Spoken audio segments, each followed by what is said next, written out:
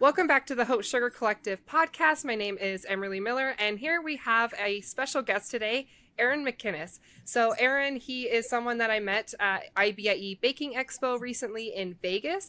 So, we're going to be talking about his live cake decorating competition that he just did, as well as his recipe book and more. So, Aaron, can you give us some insight into who you are? Like, we want to get to know you. Emerlie, thanks for having me. That's a loaded question. To sum me up in a nutshell is really hard.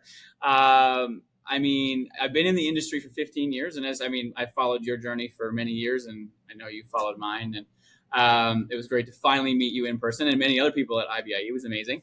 Right now, I am currently a baking and pastry arts instructor with a local college. So I developed and designed the program, and now I teach it. But I started my career as a nutritionist in healthcare. Didn't love it, but didn't hate it, or didn't hate it, but loved it. I don't know, something along those lines. But wasn't truly passionate about it. And my whole life, baking was that thing that just kept tearing at my heartstrings, and just had to, unfortunately, the switch came when my dad passed about 10 years ago now, at a very young age. And I realized, you know what, I can't be unhappy forever. And so I had to make the switch. So passion has certainly driven my trajectory within pastry, and I completely switched careers. But right now, between teaching full time and family, and I'm back in school doing an education degree, I run a bakery and I run a blog, and I have the book and doing the competitions. Life is hectic at best. Sounds like it. Okay, so you already had a career that you were working on before this, and then you made the switch. You said you're back in school right now for education. Did you ever actually go to school for baking, or is that something that you're like self-taught and you're just so passionate about it? So I think, like many, I'm self-taught, and it was because of the passion. Could my journey been easier had I gone to culinary school? Absolutely. Would there have been less blood, sweat, and tears? Maybe, but maybe not. Lots of blood and sweat, a few tears along the way. But I'm the type of person that learns by doing, and I'm the type of person that learns by failing. I actually accept and love failure. It's probably one of my favorite things. And people look at me very strange when I say that. Like, what do you mean you like to fail? But when I fail at something, it means I'm going to work harder to do better the next time, or it means I've just not done it right this time, and I know what not to do the next time. So I did a couple of career shifts kind of in my life. I do have a degree in nutrition, and I worked in healthcare. I've managed gyms. I've done that sort of stuff as well prior to. But I opened my first brick and mortar at 23 years old for a bakery. And I found myself laid off from the gym. I didn't have a job lined up. I didn't know what to do. There was a bakery for sale 2 kilometers down the road from my house. So I bought its assets. I bought its assets and the assets of another bakery. And at 23, opened the doors. But what I don't recommend is what we did. I bought a bakery, got married, bought a house, and we had a baby all within 6 months. No. Yeah, that's a lot. It's a lot. Oh So my gosh. 10 out of 10, Okay. don't recommend that route. And would I change it? Absolutely not. I don't regret any decisions we've ever made. But it was a lot. It was a lot to handle. So I kept the brick and mortar for 2 years. The family was growing. We ended up having another, we were planning for a third child. And my family deserved better than that. I was spending 22-hour days at the bakery. Like, they never saw me. If they wanted me, they came to me, like that sort of thing. And I can vividly remember a time where literally 8 days went by where I never laid eyes on my children because they were in bed when I got home and they were in bed when I left for work in the morning. So it was like, this isn't healthy for our young growing family. So I shut that down, brought it home, and I ran a full-fledged bakery from my house. So we registered as a business in the house, had the second kitchen, the whole 9 yards. So it wasn't a cottage law. It was actually registered as a bakery. Because I had the second space, and the business kind of grew from there, but I got burnt out. So that second summer of being home, I did 70 weddings by myself from May long weekend. So in Canada, May long weekend. Terrible. Yeah. So May long weekend for us is like the 20th ish of May. I don't know if it's the same in the States, until about Thanksgiving weekend. So that's our wedding season, May to October. Early October. Our Thanksgiving's early October. So from that threw me off. I'm like, no, ours is early October. Yeah. So our Thanksgiving's coming up next week. So end of end of May to early October, I did 70 weddings. And I By burnt yourself? myself. Did you have an assistant? I had Anything? an assistant who simply did my dishes and my baking. It's No, not for enough. real. So when I hired her, I said, listen, when you come in here Monday morning, you're going to just face a mountain of dishes because I have 7 weddings this weekend and I don't have time to clean anything as I go. I'm going to be lucky enough to finish the orders. So she would just walk into crusted mounted dishes that she just had to spend a day washing dishes, which was wonderful because I didn't have to do that. And then she would do some of the prep of the baking and some icing prep. But I did all of the trimming, filling, decorating, and delivery of all weddings. So by the end of that summer, I was done. I shut down all of my social medias, canceled any future order, wasn't taking any more orders, and I put everything up for sale. Everything I owned for the bakery went up for sale. I said, I'm not doing this. I applied to go back to school. Burnout was real. We've all been there. Right. So I many was, times. but I had chalked it up. I was done. Like there was no going back. So we'll keep this story shortish. And anyway, I did plenty of time. I want to hear about it. I did go back to school for a hot minute, and then, but during the time of like deciding what I wanted my future to look like, I had applied for a job in healthcare to go back to my roots of nutrition. 3 or 4 months went by before I even heard from them. So I was already back in school. I get the call. I do the interview. I was offered the job. So I left school. I was back just add on to my nutrition degree. It was an advanced diploma piece to add on to it. So after talking to all of my faculty and the deans and all those things, they recommended, no, it's a Monday to Friday healthcare job. Like you'd be nuts not to take it. Go, like 25 years old, like take this Monday to Friday pensionable job. Like you're foolish. So I left school, went back to work. Really enjoyed what I was doing. So I worked in mental health and addictions, doing nutrition support for teenagers or for youth from the age 12 to 18. So, you know, the benefits of food and mood and how food plays a role in how we, you know, operate on a day-to-day basis and building healthy relationships around food because we all have an unhealthy relationship with food in some way, shape, or form. So it's learning to understand food and how it can help or hinder us. And that was my role. And I loved it. I loved it. But then, unfortunately, my dad passed, like I said, about 10 years ago. And he was only 53 when he passed. And I really just had to sit back and think, like, is this really the life I want? Am I truly happy? Because as a couple years into healthcare started, as that job started, I started picking up the odd order again because I felt I was being tugged back into the world of baking. It never left me. The passion was still there, but I was doing it on my own terms. So I was not just taking orders for the sake of taking orders. I was taking orders that I wanted to take. Around the same time, I had applied for Spring Baking Championship and was accepted. I was one of the very first Canadians to ever make it on the show back in 2018. And now they have lots of Canadians since then, but I was the first Canadian ever to be cast on Spring Baking back then. So that kind of just then reignited my love for baking. So when I came back after filming that season, that was it. I was hooked. I was back into the baking game. I was done with healthcare. I needed to make a switch because I needed to be happy. My corporate job was making me miserable, and it was making my family miserable. I was becoming a very miserable person to live with, and I can openly admit that. So whatever had happened leading up to my, I guess, demise in corporate was I walked in the house. My wife used to work evenings, and I worked days, so we would never have to worry with childcare. So we flip-flopped. I walked in the door Friday evening. She was stood at the top of the stairs waiting. I can still see it and picture it, waiting for the car. And whatever had happened that day at work was written all over my face because all she had to say was, you don't have to go back Monday. And that's all she said. That was the only conversation we had because then she left. But whatever had happened leading up to it, that's all she needed to say because then the weight of the world. Like I would never leave a job. I had 3 kids to raise, a wife, a house. You know, we had bills. I had responsibilities. But hearing my wife say, you're good to go, like gave you permission to just kind of walk away. Yeah. So it was just having each other back in that moment. And I literally said, I jokingly actually did say, I actually kind of have to because I have to go back and clean out my desk. But yeah. So, you know, the history from there is I went back and that was it. I kind of I actually left on mental health leave because I was miserable from working there. My mental health was at its absolute worst. A little bit because of my dad, a little bit because I wasn't doing what I was passionate about, and just a lot of things kind of contributing there. And I just, from there, it's just been uphill. Like it's an excitement. Not saying it's all been easy. Nothing's certainly been handed on a silver platter. It's been a road. It's been a journey, and I've fought my way through it. A lot of ups, downs, as you know, running any business, a lot of ups and downs along the way, successes, failures. And again, failures are my thriving point. It's where I love to live. But I also love to live way over my head in terms of overloading myself for burnout purposes. We're all guilty of that. I don't rest well, so I just always have to be doing 5 things at once, not just 2, Yep. but 5.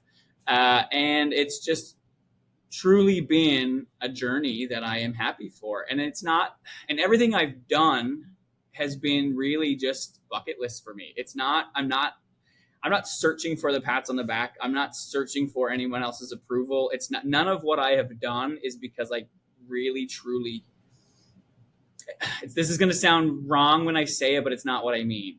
I'm not doing it because I care what other people think. I'm not. Then you're opposite for me. I'm not looking to achieve these things because I care about what people think of me or how people see me. Everything I've truly done or achieved is because I've set my mind to wanting to do it. Have I had an incredible support system to get me there? An absolutely amazing customer base who's been exceptionally supportive over the last 15 years? 1,000,000%, and I wouldn't have been able to do it without them. But I don't do it because I need their approval for it, if that makes sense. See, I'm the exact opposite because my love language is validation and words of affirmation. So a lot of what I do is driven by, I just want this endless flow of like love and validation coming my way. Like that is such a huge motivation for me.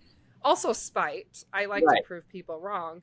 But like when people compliment me, I'll start crying and I'm like, my love language. Thank you so much. This is why I do this. Yeah. See, and Which I'm is the not always opposite. good to go off of what other people think. Yeah. And I'm the polar opposite because me, it's acts of service or like tasks. Like I'm a task oriented. If you want to show your love, do something for me.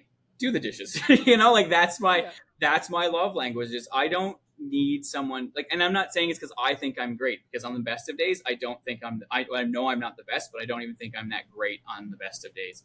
I live in this world of I most definitely have imposter syndrome, and some of that comes back to not being professionally trained.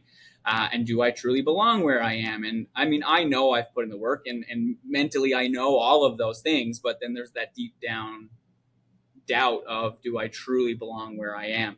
I mean, I've put in the work. Nothing's ever been handed to me. I left home at 16 years old with nothing but 2 suitcases, and here I am 20 some odd years later with a whole family in a whole different province, and a career ahead of me. But it's never been handed to me. And so, but I still suffer from imposter syndrome on the best of days. And actually heading to IBIE, that was what was heading through my head the whole time. Like, why am I going? I don't belong up against these people. Like yada, yada, the story, the narrative at this point, right? Yeah. But we're going to talk about that more, because not everyone does know the narrative. That was such a long answer, and I really appreciate it. You're good at filling air. Like it's not like beating a dead horse, like trying to get you to talk, which is fantastic for me. But I also I didn't want to interrupt you. I have so many questions. Interrupt as much. Yeah. Good. No, I don't want to interrupt, because you're doing such a fantastic job of just guiding us through your story and just hitting all the points already. But also I had so many things to contribute. I'm like, no, wait. Go ahead. Go anytime. No, I just think it's so interesting, because I think a lot of us deal with burnout, and that's something that I'm really passionate about and want to talk about is, a lot of us enter this industry doing custom cake orders or custom orders in general. And at some point we all hit burnout. And I've seen people, build a whole business and then they yeet out as soon as they have one cake fall over. And they're like, this is too much, and they're out. And it's wasted potential is the saddest thing in the world for me. Yeah. And that drives a lot of what I do. So, it's really sad. But then there's a lot of us like you and me and a lot of other people I've seen who are able to, they hit the burnout. They have all these crazy things happen outside of their control, and it's what you do with that burnout. And do you completely start over in a brand new career, or do you pivot and find more like new passion. You fall back in love with what you're doing. Maybe you take a break and come back. So I really love that you've kind of been all over the place, but you keep being pulled back into this love of baking and all of that, because it's for people who are already in it, you'll get it, but people who are maybe new to this, like, it's addicting. There's something, it's like we love to torture ourselves because there's just something about baking and the passion behind it and the people you meet that just brings you back no matter how much you want to pull away. And I don't, well, baking in general, but I think it's when you find anything in any career that you truly are passionate and love. No matter how much you try to get away from it, it pulls you back 10 times harder. And I have always loved the idea of, we take the same 5 ingredients all the time and look what you can do with them: butter, flour, sugar, salt, water, a liquid, whatever. Look at what you can create from those 5 basic things.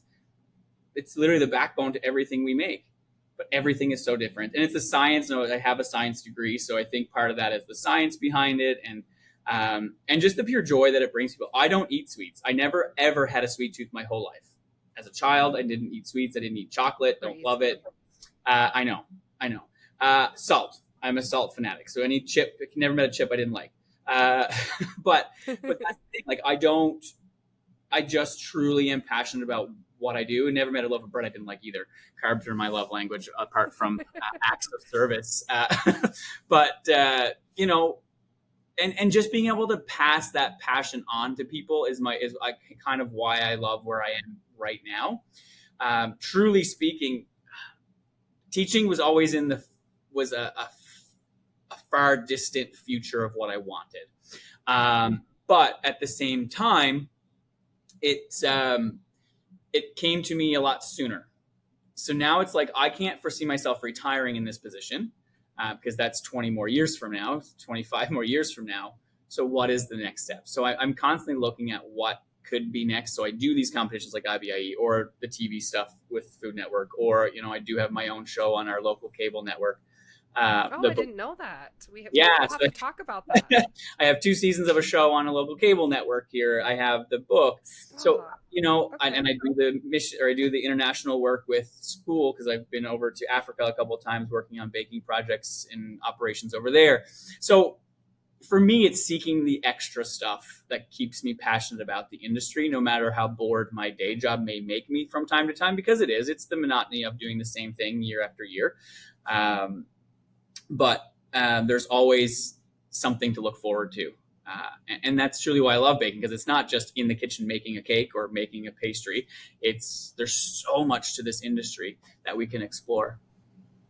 Yeah, that's what I really love, getting to know other people in this industry. Like, I love networking. I love just getting to know people. And that's a huge drive behind having a podcast is I'm so fascinated with, like, we all started in a kitchen baking, and now, like, like you're publishing a book, you're teaching, you said you've been to Africa, you have a local show. That's amazing.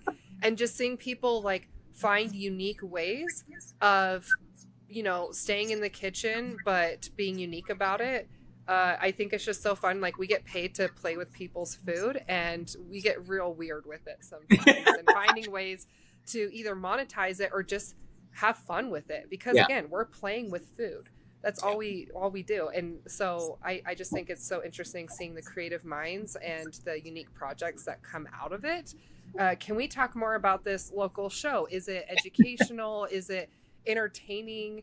It was okay. So the idea behind it was it was a bit of both. Okay, so I don't know if where you are, you have local cable networks that do little, like, local community shows.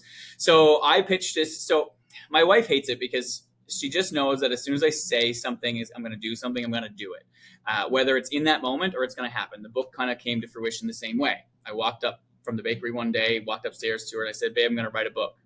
And she just kind of looked at me and said, "Okay." So I was like, with that, I went downstairs. I wrote out the entire outline of the book. I wrote out exactly how I wanted it laid out. I knew how it was going to look, knew everything about it. Wrote it all down, put it in a binder, closed it up, put it on the shelf. Never touched it again. About a year later, I got a message from a publisher. "Hey, we'd like to chat with you about writing a book. We want you to do X." They reached out to you. Yeah. So I was like, I wrote them back, and I was like, "Cool, I'd love to have a meeting." I left it at that. I already knew what they wanted, but it wasn't what I wanted, but I wasn't getting into that via email. So I went in, and I know we're supposed to talk about the show, and I went on to the book, but I'll get back to the show in a second. I went into that meeting, and I said, when I walked in, they had my blog pulled up, they had my socials pulled up, they had everything on the screens, looking at all of it. And they're like, this is what we want. We want you to write a diverse, all around rounded recipe or like baking book. And I was like, if that's what you want from me, appreciate your time, but I'm not interested because I'm not passionate about writing a book about all baked goods. And they said, do you have something in mind? And I said, certainly do. And I pulled out my little draft thing that I had done up. And I said, I want to do a book about cakes and cupcakes. Because at the time, there was nothing that was solely cake and cupcake. This was, around 10 years ago? No. So this would have been when I first sat with them, and then COVID. Okay. It was like 2018, 2019. Yeah. And then COVID all happened and all that stuff. Okay, so this is when cupcakes actually died off. I don't know about where you are in Canada, but in America, like we had cupcake wars. Right. So I actually used to work in a cupcake shop 10 years ago. Right. So that's why I was like, yeah, that's like cupcakes were huge 10 years ago. What are you talking about? So they kind of died up, but there was no books about it, right? There was no books solely dedicated to cake and cupcake. Okay. And then my thoughts were, it's not just the cake and cupcake side of it. It was the book is laid out of literally how I built my business. My book is dirtier than anybody else's because I literally use it all the time. This is my personal copy. I use it in the kitchen all the time. Because it's literally the recipes that built my career. They are what I built my business off of. And it starts with just base recipes. I'm a firm believer that if you understand the fundamentals and the basics of baking, you can manipulate a good, solid base recipe into a million other things. Yes. And that's what this book does. Not a million, but it gives you, it shows you to play in the kitchen. So the whole idea is to get in the kitchen and get creative. And even though, yes, I laid it out to show you 37 different cakes that you can make using just my basic chocolate and vanilla cake recipes, the whole idea is you can mix and match. If you love the filling from one cake and you want to put it in another cake, go right ahead. You now have the tools at your disposal to do that. The only thing stopping you, quite literally, is your own creativity. So yeah, the whole idea is I want you to play in the kitchen and I want you to get excited about something because, again, you might like the lemon peppercorn curd that's in one cake, but you want to try it in a chocolate cake. Well, go ahead. Do what you want with it. That's what I encourage, is to get in there and have fun. If you like the way I decorated one specific cake, but you want it to be decorated like that on another cake, you have the tools and ability to do that now. You know how to do it, so why not? You're not stuck in this framework of this is exactly how you have to do it. I encourage people to get in, have fun, play, get creative, but I also caution people that just because you can doesn't mean you should. Mm-hmm. It's my number one thing I tell students all the time. Just because you can put something in there doesn't mean you should always put that something in there. But I do encourage you to play around. I do encourage people to get creative and have fun because it's food. And food should be fun. We should be excited about what we eat. We should be excited about what we sell as well. So the show, back to that question, because I tangented and I'm really great at that. Love it. The other thing was I told my wife one day, I said, one day I'm going to have a show and I want it to be so I learned really, I guess, to bake fundamentally from my mom years and years ago as a kid, like most of us do, mom or grandma or someone in the kitchen that you looked up to who did it in your family. And that's kind of where I learned the basics. And I guess where my true deep down passion roots from. It's from back then. Even though that wasn't where I went right after high school, it eventually brought me back there. So the show is actually based on, I get into the kitchen with other people's moms or grandmas and we bake one of their family recipes in a different way. So I'm all about putting a creative spin on something that already is loved. So the idea was you give me your family's favorite recipe that you make, and we're going to reinvent it slightly. We're not going to change it, make it crazy because we know your family loves it as is, but I'm going to show you a different way that you can make it and present it to your family and friends. And then while we're there, we're going to chat about, some baking techniques, or give me some of your family stories. Where did you learn to bake? How did you get to, tell me what people in your family say about the baked good. And so each season has 6 episodes. So we have 2 seasons and 6 episodes a season. And the local network that we worked with, they don't do more than 2 seasons because we pitched a 3rd season and they said, no, our funding kind of stops after 2 because of laws around videos and sorts of things here in Canada. Okay, that's weird. Yeah, it's their funding laws and stuff because it's community TV. A lot of it is funded, so they're a nonprofit. Oh, okay. So the way they get their funding, they can't keep funding the same project over and over and over again. So after season 2, they were like, nah. So we pitched a new show. They were kind of cool with that, and then kind of died off. And I just actually the other day I got a message from the producer that I work with, the production company, telling me that when he gets back from his most recent trip, we need to chat about a project that's coming up. So there may be Well, new that's things very in the works. exciting. Okay. Yeah. Is it accessible anywhere to people outside of where you live? Season 1 is currently on YouTube. So Okay. my YouTube is man versus cake, or youtube.com/man versus cake, all spelled out. And so season 1 is there. Season 2 hasn't made it there. It's been out for a year. I actually don't have the clips to actually put up. I've asked for them, but kind of life happened and I kind of forgot about them. Now that It's you a bring process. Yeah. now that you bring it up, Put I that on can. your to-do list. Yeah. It's hard when you're trying to manage all these different things. It's like my to-do list just keeps growing and I'm Yeah, never catching up on it. I feel that deeply. Yes, yes. And then I just like, well, this new sparkly thing looks more fun than my old to-do list. So let's do the new fun sparkly thing. Yes, yes. Or sometimes I get so overwhelmed, and so my outlet is starting a new project. I'm like, I'm overwhelmed by everything. I'm gonna plan a new photo shoot, and I'll just go nuts on it. So yeah, I Hyperfixate. get it. Yeah. Hyperfixate there. I get it. I feel it. That's so yeah, I'm somewhat like that, but at the same time I'm like, I would love the book was kind of set up to be a series of books. The publisher shut down the second book, but I haven't even attempted to look down the road for a new publisher. But I already have it all written out what the book will look like. Again, that's kind of in a drawer somewhere, and that's just how my life has manifested. I put it in a drawer somewhere, and eventually, comes full circle. It doesn't mean I haven't pursued things. It's just, I'm a firm believer of in the right time and right moment, things will happen. Yes. And so, I talk about them, I, bring them into existence, and then I just kind of let them be. I let them come to me as not the people come to me. I let things happen within my life as they're naturally supposed to progress. And that's one of the other things I like to, encourage people with is I don't have goals. It's really funny. People are like, well, what's your goal? What's your next step? I don't have them.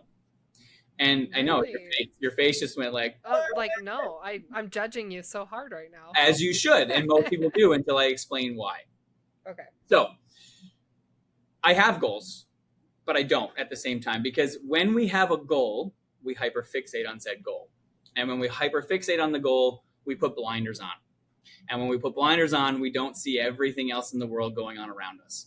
So when I stopped focusing on a specific goal and started just living life and letting things happen as they naturally are intended to happen in my life, I've been fortunate enough to have so many opportunities brought to me to do than if I were hyper focusing. Because if it's hyper focusing, like, oh no, I can't do that because it's going to distract me from my goal. I can't do that project because now it's taking away from my goal project. So when I took those blinders off and kind of started accepting things kind of coming at me from all directions, it's made me a much more well-rounded person. And at the end of the day, I'm still working towards my goal because it's making me a stronger person to get to that end goal without that hyper focus. And that's the problem with having, I find, and in my personal experience with having goals, is we just tend to miss out on so many other great opportunities that we probably aren't seeing as great opportunities because they're not our goal. Right. Yeah. So the questions I tend to ask myself when something comes my way, to whether I'm going to take it on as a project or to do it is it going to harm me? Is it going to harm my family? Am I going to lose money on it? Realistically, Right. those are the 3 goals, right? So if the answer to the harm myself, and if the answer is no to all 3 of those, then the answer to the question is, then why not? Why not add another experience to my resume, or add another experience to my repertoire, or add another experience to my life? Why not? Why am I going to say no to something if it can work viably for my family, if I can take time away or whatever? Because again, there's lots of opportunities I have passed up. I do have a family. I have a wife who works as a nurse. I have 3 children who are very active in sports. We are constantly on the go. So if I can make it work, I will. But I haven't been able to take on every opportunity. But it's ever since I've taken the blinders off that I've been able to really, truly live and experience this life that I've kind of created and manifested because I've let opportunity happen instead of saying, nope, I have my tunnel vision and that's all I want. And I think if I had stuck to tunnel vision, I would have missed out on so many amazing things because I would have been, and my career wouldn't be as exciting as it has been. Yeah. See, I would say like I'm the opposite. I have a million goals. I Right. have post-it notes on my wall, that I'm always staring at and trying to figure out how I can make it happen. And I feel like I'm like the master, I don't want to say manipulator, master Puppeteer. puppeteer. Yeah. Like I'm always like, okay, how can I bring this person in to help with this? And like I'm really good at networking. I people tell me all the time like I have a way with people, and they're like, you're so magnetic, like you just draw people in. I get that all the time. Yeah. And so I'm always like seeing like, okay, this person, they'd be really great for this project I have, and this person is really great for this, or whatever. And I'm always constantly just bringing people together and putting on these big, crazy, over the top things. But it's all with like these goals in mind. And I have a million things I want to do. We'll talk about your bucket list. But, I have a bunch of stuff on my bucket list. I have a bunch of things, just goals in general that I want to get to. And I have it all mapped out in my brain, and I have phases in my business. Like right now, my phase is marketing. And so, I'm going to be super focused on marketing. But like what helps me is I don't have kids. I still have not done that. And I've been putting it off for many reasons. But a lot of it is because like I love the freedom and flexibility. I live with my parents, if I'm honest too. My husband and I live in their basement apartment, and that has allowed a lot of flexibility where even though I have a million goals and things like that, I love side quests. I love them so much, but it's like easy for me to just say, even if it doesn't pay me, I'm like, I don't care. That sounds amazing. And I'll just like jump on opportunities all the time.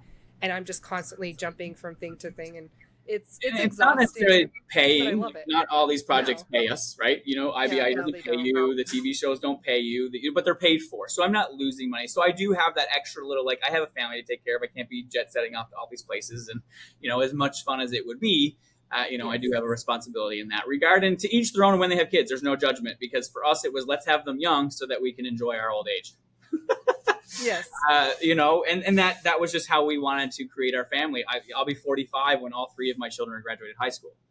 I'll be 45 when I start having Yeah. kids. So like there's lots of life to live after 45. So, Yes. and I'll have 20-year-olds at that point.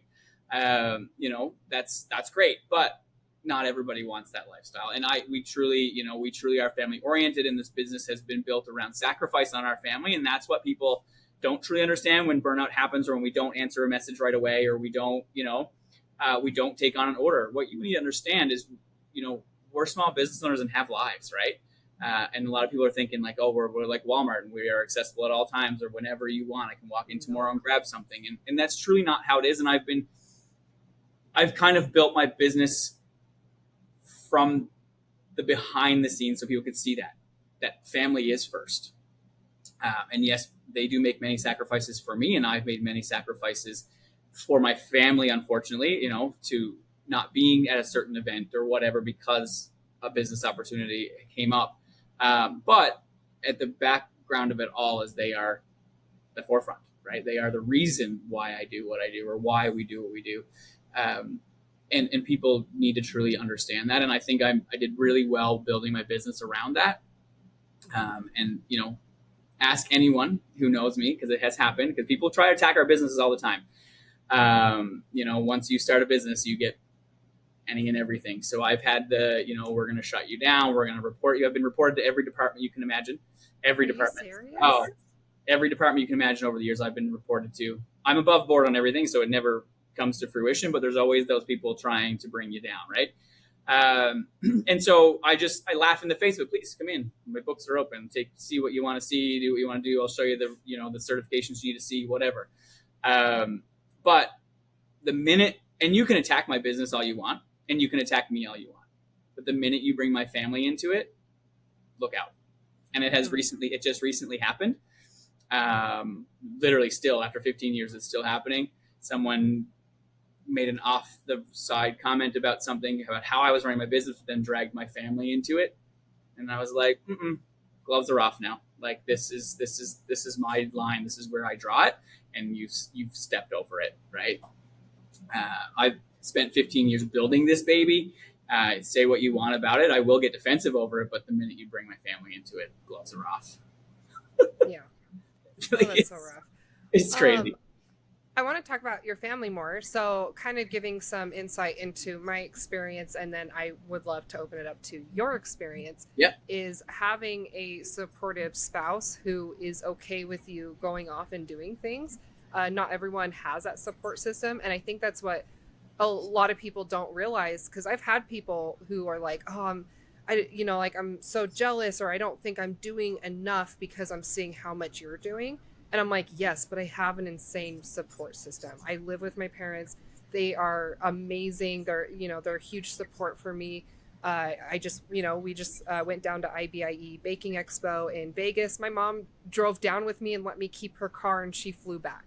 But also, like, I have my husband, I have my in-laws, like I'm the youngest of 5 kids. I have a lot of siblings, and all of us we get along very well. We're constantly helping each other, all of that. But one of the big pivotal moments in my career and what got me here was, and this kind of goes back to what you were talking about before, where you got so burnt out, you closed down a bakery. I was on the other end, where I worked at a bakery that shut down. So I worked at a cupcake shop at the height of the obsession of cupcakes. And they had won Cupcake Wars, and they were a big deal. And I was working at this bakery, and I finally felt like, okay, finally, like, I am where I want to be in life. I had just been promoted to cake decorator. Finally, I was full-time. They just switched me to full-time. And I was like, yes, I am finally where I want to be. This is everything. And immediately after they promoted me, the owner said, I can't do this anymore. She had 2 locations. She shut down. She gave us a 2-week notice. January of 2000, 2015, so 10 years ago. She just was like, I can't do this anymore. I'm done. And if I don't shut down right now, I'm committing to another year. I could go into a whole backstory there, but she shut down very, very suddenly, and she sold everything. I got a lot of stuff from her for very cheap. So that was a huge help for me. But yeah, I suddenly found myself jobless, and I was like, but that was everything. Like, that I was where I wanted to be. But there was one conversation I had with this owner right before she shut down, and it was, there's a cake school in Canada. And she just like mentioned this school in Canada, and it was like probably a month before she closed down, and it was just a random conversation. It was very quick.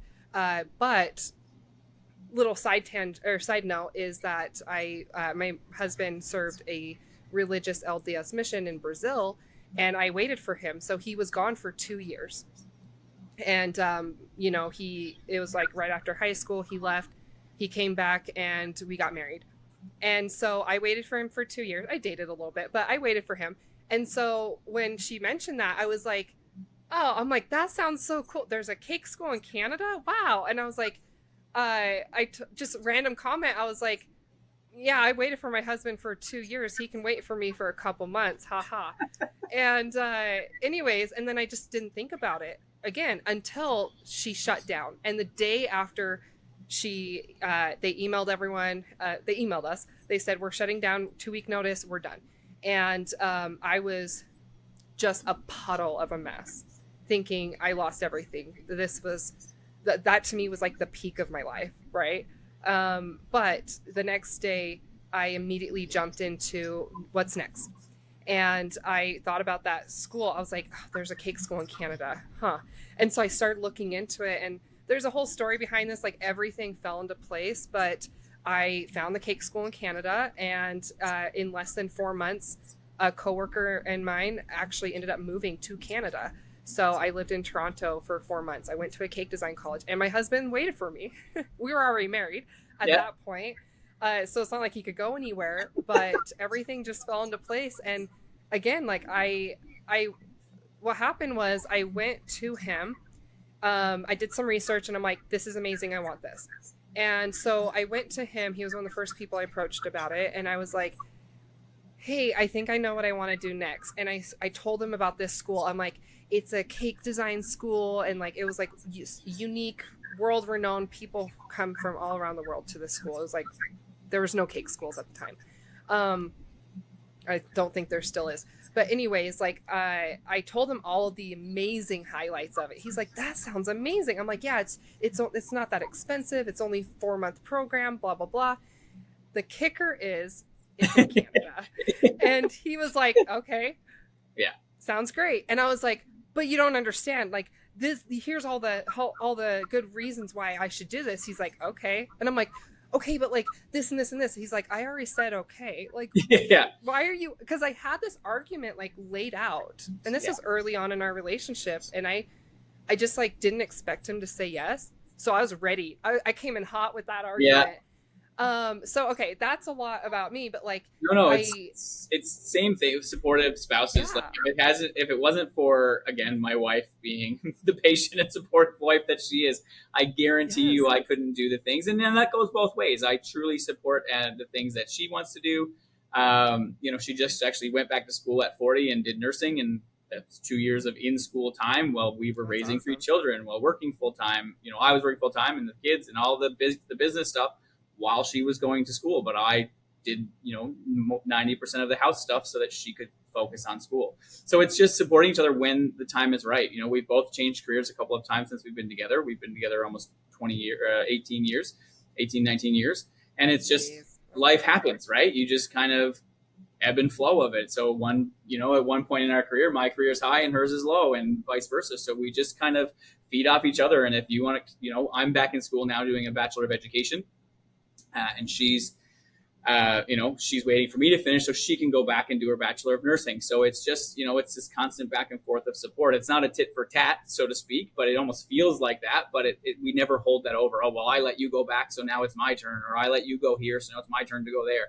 It's truly a support system. And if I am gone for extended periods of time, we'll bring in a mother or a mother-in-law to hang out at the house to help out with the kids during that time, because I understand how hard it is being at home during that time. I almost didn't do IBIE actually because it happened to fall on the same weekend as the one women's retreat she does every year. Oh no. And it's the only thing she truly looks forward to going away to, and spending time with other women. And we are a Christian family, so it's very much, she loves that weekend away. And when I got the email that we were selected, instantly had to go ask her, like, hey babe, this is the same weekend. I am okay with saying no if we truly can't make it work, so you can do your thing. And she's like, don't talk so foolish. And so we made it work. We took the kids in. I took the kids to my in-laws while I went away, and she went to her thing, and then she picked the kids up after. So we worked it out. But initially, I was going to say no so that she could do that one weekend a year that she does. So it's I love truly that. about balance. And I'm not saying I'm the perfect husband by any stretch of the imagination. Please don't. But it's just truly, it goes back to that supporting each other no matter what comes and goes. And then I know it's not all about what I want to do, and I have to leave room for her to grow and do the things she wants to do as well. And it's just been that balance and finding that right flow. Because I wanted her to go to Vegas too with me, but she was going to her retreat, so she couldn't. But Yeah. yeah, Well, I think that's really fantastic. Like I love that you have that support system. Not everyone does. You said you have your parents and in-laws and all these people can come together and help you and let you pull that off. It helps that I don't have kids, but also like my husband is not an ambitious person whatsoever. He's like, I'm good. So he constantly helps me, but honestly, like I don't have to do a lot in return. So it's just like, but I love that you guys are equally helping each other. Like is there anything more you want to, I feel like that's really awesome that you have that relationship with your wife. I just don't think if we didn't, we wouldn't work. Right. Mm-hmm. I am a nomad. I would, if someone said pack up tomorrow and you're moving here for this opportunity, XYZ, wherever it is, I'd be like, let's go. She's the one I have to convince otherwise. So, I'm the one who it's not that I don't have ties or cares. It's like, again, it's opportunity. When we moved to where we are now, we live in a fairly small community now. It's only 6,000 people that live here. We moved 8 hours from where we did live prior to, and that's where the majority of her family is. My family's in another province, but Her family is on the east coast of the island, and we currently live 8 hours away on the west coast. So to convince her to even move here was a task in itself, because we were leaving our huge support system that we had, and the family that she obviously grew up and was her family is very tight knit and close. So that was a struggle, was to ask her to move here, and sacrifices had to be made on both sides. It was like, hey, well, if we're moving here, then I want to do this, and moving here gave us the opportunity for her to be able to go back to school, because she left a career that she loved but wasn't going anywhere and didn't really have potential to go anywhere. So it was almost what she needed to kickstart that let's go back to school and become a nurse, which is what she truly always wanted to be. So it opened up that door for her. And having her see that as it kind of progressed, she was like, okay, well, maybe this was a good decision, and now she's working in the hospital. Our kids have settled in. We've mentioned moving back to the other side of the island a few times, and the kids are like, nah, we're good here. We love it here. So they've settled in great. So it's just, without each other's support, none of this would work for either of us. And our relationship wouldn't work, because we're grounded in our faith. We're grounded in our beliefs and who we are, just as people in general. And we need each other to support that, even though sometimes what I see as our future isn't what she sees. We have to compromise. It's about compromise and letting each other kind of do your thing while supporting it. I love that. Can we actually now transition, because we keep bringing it up, but we haven't actually talked about it. IBIE. Yeah. So that's the whole reason why we finally connected. Yeah. I would say, like, I love going to expos. I go to a lot of them, and I love networking with people. And something that always throws me off is, like, I'll see someone like you, and I'm like, oh, I know you. And then when it's like someone like you, like, casually says hi to me, like, hey, I recognize you too. I'm like, shit, they know me? Like, I just, like, it's like super exciting for me, because I don't know who's following me back. And and so when people recognize me back, and it's just like this mutual, like, we look at each other and it's like, hey, what's up? Like, we both know what's up. We've known each other forever, but we haven't ever met. Right. Yeah, you go back for decades. But it's IBIE was wonderful. So I applied almost, I think, on like the last or second last day of application, and I wrote my partner in crime when it comes to cake, my cake bestie, and was like, hey, you want to apply for IBIE? She's like, all my info, apply. If we get it, we'll go from there. So I did. I stole some of her cake pictures. I filled in her information, and the rest is kind of history. But it was like, I'm just going to kind of apply for lack of better words, shits and giggles, and see what happens. Never actually expected it to amount to anything, because again, comes back to that, imposter syndrome, that I'm not good enough for this. And why would they ever choose me, and yada, yada, yada, yada. I'm getting in way over my head, and, you're foolish. But then come all the emotions when you do actually get chosen, and it's like, oh, maybe I am good enough. They did see potential, and, I am great. And so you just go through these ebbs and flows of I'm great, and then no, I'm not good for this, and no, I'm awesome, and no, I suck. So it's just that constant roller coaster of emotion that's an internal battle, right? So IBIE was wonderful to get to meet people that I haven't got to, officially meet in person, like yourself, Reva, Jonathan, it's all of them. Like, there's so many people that I follow through social media. And I don't get to go to expos often, because they're not in Canada. We don't have many expos like this. They're not, the States has one now in October. There is one in October in Toronto. It's come back. Yes. It was gone pre-COVID, or COVID happened and it kind of went away. It's coming back. I'm not heading to that one just because I did IBIE and work. I do have a day job. They're like, we can't send you everywhere. They do send me. I do tend to go to. So the Baking Association of Canada has a showcase every year as well. It's every second year. It's in Toronto, and then the odd years in between, it jumps between Montreal and Vancouver. So I tend to go to that one every year, and it's very much just a small scale of IBIE. It's IBIE shrunk right down, because it's mainly Canadian based companies and stuff that are there. Rondo's there. All the same people you've seen around: Arden Mills, Rondo, Simply, all those all those people. NJ Packaging, they all come. They're all at the smaller version of IBIE, but people don't tend to come from the States to that one. So you're seeing the Canadian people that you would may have followed online, but you're not seeing. I feel like the States and the UK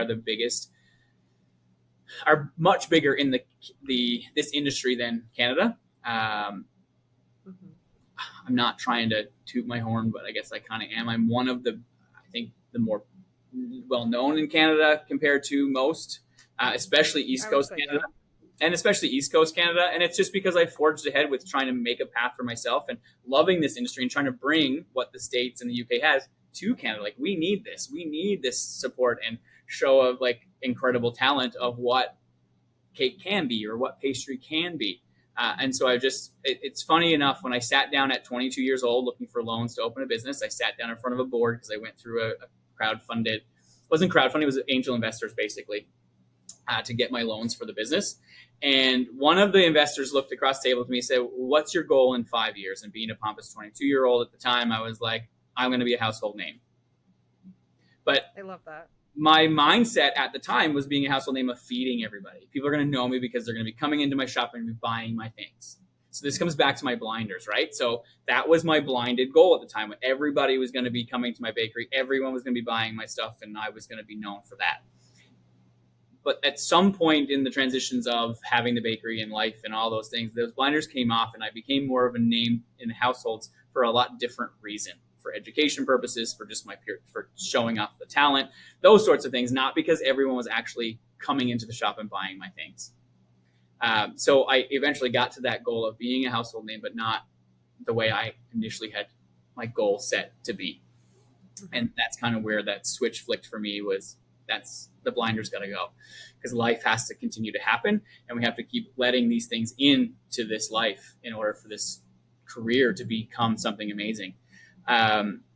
Just going back to your comment about people recognizing you, and especially other creators, I do get completely shocked when other creators know who I am. Like, I do find that still a little bit hard to believe. Coming from a small island on the east coast of Canada, like I'm in the middle of the ocean right now. Like, it's very, very. It's sometimes hard for me to accept that. I don't accept compliment well, which is funny. I don't know how to take it. I get awkward. I get really awkward. Yeah. about it. But I'll never forget, I was in LA filming. It wasn't LA, but I was in LA visiting a friend from when I filmed Spring, but I was in California filming Baking Championship. Spring Baking Championship, sorry, yeah. Okay. So Heather Wong was on the show with me, and I was back out that way filming another show, a Christmas Cookie. And that evening after filming, I went into LA to meet up with her because she was going to show me around, and we're going to get to see this. Or I went in the day early. I can't remember. Anyway, we met up while I was in the area because I knew I was coming. And so she took me around to see all the sites. We went downtown LA, she took me to Beverly Hills, up to the Coliseum. And we were up at the Coliseum. And if you don't know what I'm talking about, it's where Adele did her big comeback show right in front of the observatory. So the Coliseum, the observatory, up on the top of the hill. Oh, Griffith Observatory? Sorry? Are you talking about Griffith Observatory? I don't remember the name on it. The one on the top of the hill, you oversee the Hollywood sign. The Griffith. Okay, yeah. I've been there. She took me up there, and we're there up on top of the observatory, and we're looking out over, and she's showing me all the different things out over the city line. And someone tapped me on the shoulder. Tapped both of us on the shoulder. She goes, and she said, "So we're in LA right now, right? Like, we're in Hollywood. Yeah. All the stars are." And this family were there, just like beaming, and they're like, "Are you guys Aaron and Heather from Spring Baking Championship?" And we're like, stop. Yeah. Oh no, it was like the coolest thing ever. We're like, They're like, we watched your season. You guys were amazing. You guys seemed like everybody was so friendly and blah blah.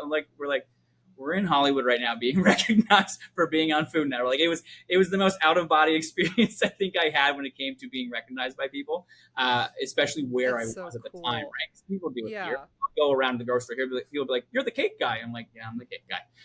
But having it happen completely randomly in Hollywood, it was wild to me. But that is really cool, being spotted in the wild. Yes, yeah. I love that, because it's like, I've been spotted a lot at like baking expos, but I'm like, the context is there. Of course, you recognize me. So like, I've had people sort of spot me, like on the way back from IBIE. I stopped at a Swig. It's like a soda shop store in southern Utah.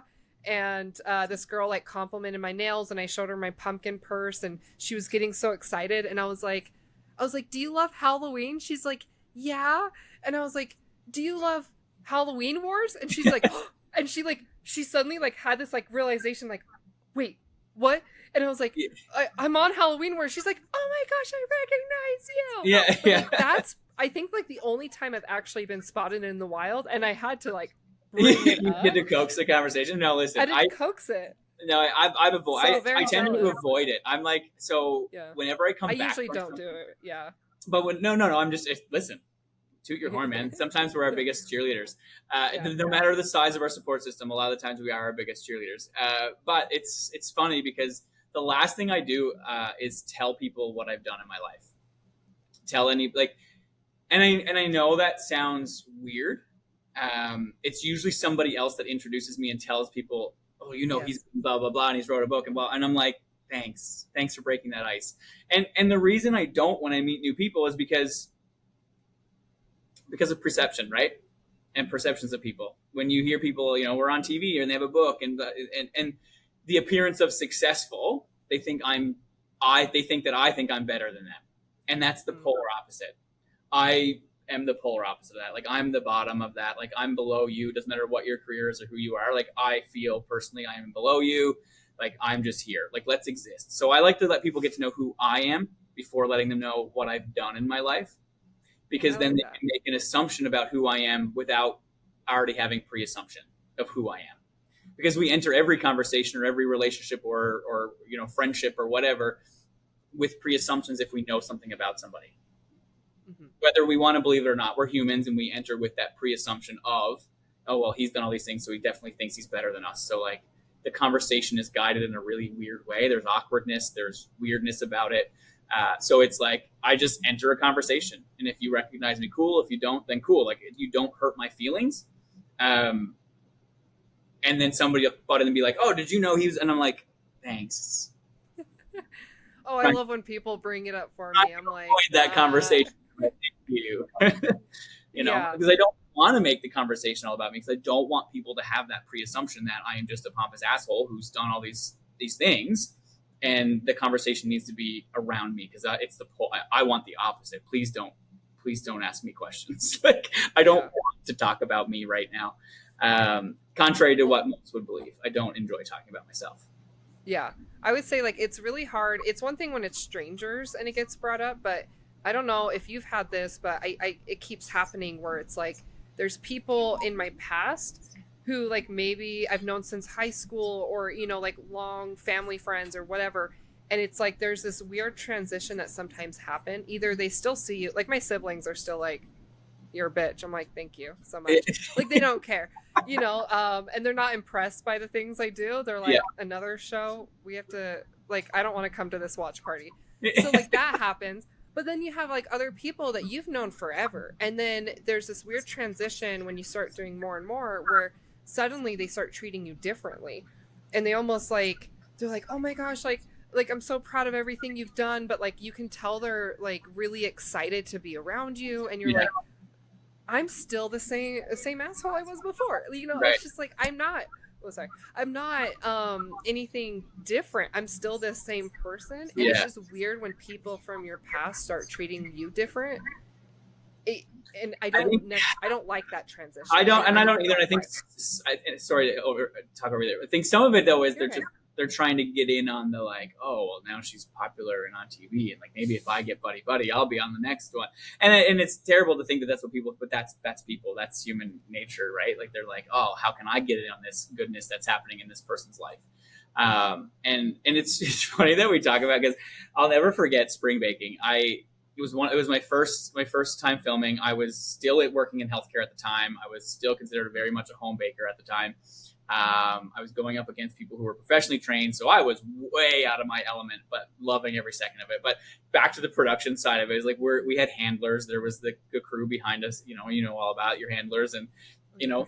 it'd be like we'd be leaving the building, and they'd like opening the door and holding an umbrella over our head while we walked to the car and opening the car door. I'm like, I can open a car door. They're like, you're not allowed.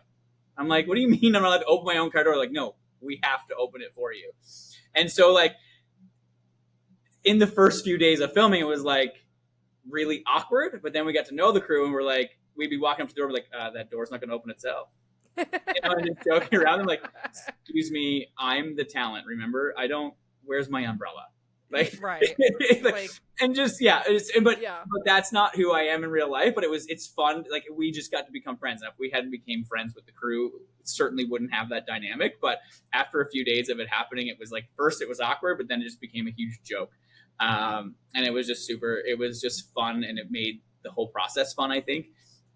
Because the whole group, the group of us that did that show, I think, and from what I hear from production in general, because I still talk to some people from the production company, we were one of the best seasons for actually developing a friendship and people who actually genuinely cared about each other.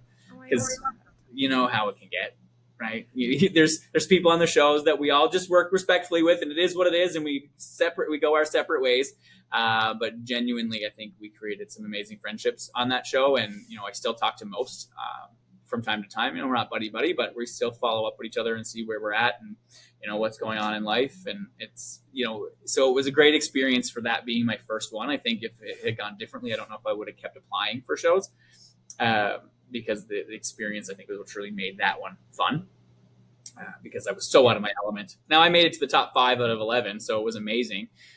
For not knowing what I was doing, fake it till you make it type of situation. But, Yeah. I absolutely loved it. I got to hang out, like, Duff now comes to Newfoundland every year. He has been for the last 10 years. And so the weekend, so I flew back from IBIE on Thursday. I landed lunchtime, drove directly from the airport to a food festival that weekend where I did 2 desserts, 2 events out of 4 for the food festival. And Duff comes in with his family every year and does that festival as well. Oh, that's awesome. Yeah. So Noah Cap was actually the host of the event on the week for the full weekend. So he was in, and then Duff and Jeff and Duff's brother, Kevin, or Jeff's brother, Kevin, I think Kevin's Duff's brother. I'm not sure. Terrible. Don't watch this stuff. I'm sorry. Kevin was in, and he comes in and helps, but this was Duff's 10th year. Coming in and doing the festival. So it's really cool. The people that I've met, Kimberly Bailey wrote, so she's the butter end out of LA. She wrote the foreword to my book because she was the judge on one of the shows I did, and we stayed connected after that show and just kind of grew a friendship. She was going through some, lots of stuff with kids, and she went through cancer again for the second time. And we just kind of chatted through that. And the book came up, and I asked her if she would mind looking it over, and if she liked what she saw to write. There was no pressure. Like, if she didn't, I don't ever believe in endorsing something that you don't believe in. I have not purposefully promoted products that were sent to me for advertising because I didn't like them. I'm sorry, I'm not going to lie for you. If I don't like your product, I'm not going to promote it to people that trust my word or my what's coming from me. And so when I sent her the book, I was like, hey, listen, no hard feelings. If it's not your vibe to endorse it, if you want to, I'd be, extremely honored. But if it's not your thing, then don't. But she read it through and wrote a really great forward for the book. So, the people that I've met over the years between expos and, like yourself and other creators, Riva, Jonathan, all the people that I've met, there's far too many that I could ever, I'm naming these ones because they're the most freshest in my brain right now from recently. Right. But there's just been so many over the years of people that I've met that have just been an integral part of the growth. And like you said, knowing people and bringing them in on projects, or even just shooting them a random question, being like, hey, listen, here's how I'm feeling. Like, how did you deal with this? Or, hey, how did you get into this? Or, hey, how did you get into that? I had a conversation with Anna Olson at the last BAC showcase, about books. She took a look at my book. I bought her book, and we were like, she's like, there's no money in books. And I was like, I know. she's like, doesn't matter how many you sell. Good to know that I don't go down that route. Okay. Yeah. She's like, no matter how many of them you write, she said, there's no money in it. And I'm like, I figured that out. And she's like, but we do it because we love it, right? You're passing on the knowledge of that you have. And I think that's truly why I love it so much, is because I just get to pass on what I know to the next generation of people, or just take the scariness out of baking. A lot of people find baking to be scary because it is a science, right? So yes. My hope is to just make it fun, creative. And if you fail, well, who cares? Try again.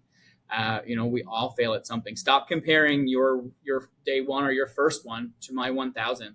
I've piped millions of cupcakes, as I'm sure you have. You worked in a cupcake shop. So many. We can do it in our sleep at this point. And speaking of doing it in our sleep, I have a funny story about that. But so it's just like, don't compare the first cupcake you ever decorated to something I've done a million times. I've practiced and practiced and practiced. And I do this every day, all day. So get in there and just enjoy it and accept the failure of it and do it again if you have to. Nothing is ever, no matter what it is, baking or any sport, practice is required to make perfect, you know? But funny story about sleeping while decorating something. Okay, yeah, I have to hear this. You're a great motivational speaker, by the way, but also, like, yes, I have to hear this story. I've been told that. So I do have a goal in mind, or a bucket list item is I do want to be not a motivational speaker. I do want to be the, my brain is now fried because it's now almost 4:00. I want to be the guest speaker at an event. What do they call it? It has a name. TED Talk? Not necessarily a TED Talk. Anyway, okay. You get invited to be the head, the opening speaker for a conference or something, and share a story. It has a name, and I can't think of it right now. But I already actually have a whole opening. I have a whole story written, and it's just sitting in a vault somewhere to eventually break out when the opportunity knocks. So it's kind of what I do. But so my wife was pregnant with our second, and I had the bake shop at the time. So this was, we had the baby. We bought the house, bought the bakery, all these things in 6 months. And so I knew she was due coming up, and she was going to be induced. So we kind of knew the due date. So I was trying to get ahead of schedule with upcoming orders. And I was like, I need to be at the ready when the phone rings to be at the hospital. So I have to have everything done, because I was still too nervous and the business was still too new to hand things off to people that worked for me. So I was still taking care of all of the decorating of cakes, because I just couldn't let that go. And so I was doing a wedding order where I had to it was a cookie table, one of the biggest cookie tables I ever made. I had to make 250 bride shortbread cookies and 250 groom shortbread cookies, and there's a bunch of other cookies. I made meringue cookie topiary trees, 2 of them that were massive. They had 500 meringues each on them, plus all kinds of other stuff. Wild, don't ask me why. But I did it. Anyway, so I'm standing there, and I had a massive table built for this bakery. So underneath was all kinds of shelving units, but the top was a full piece of plywood that was covered in stainless steel. So it was 4 foot by 8 feet. This was my table that we worked on.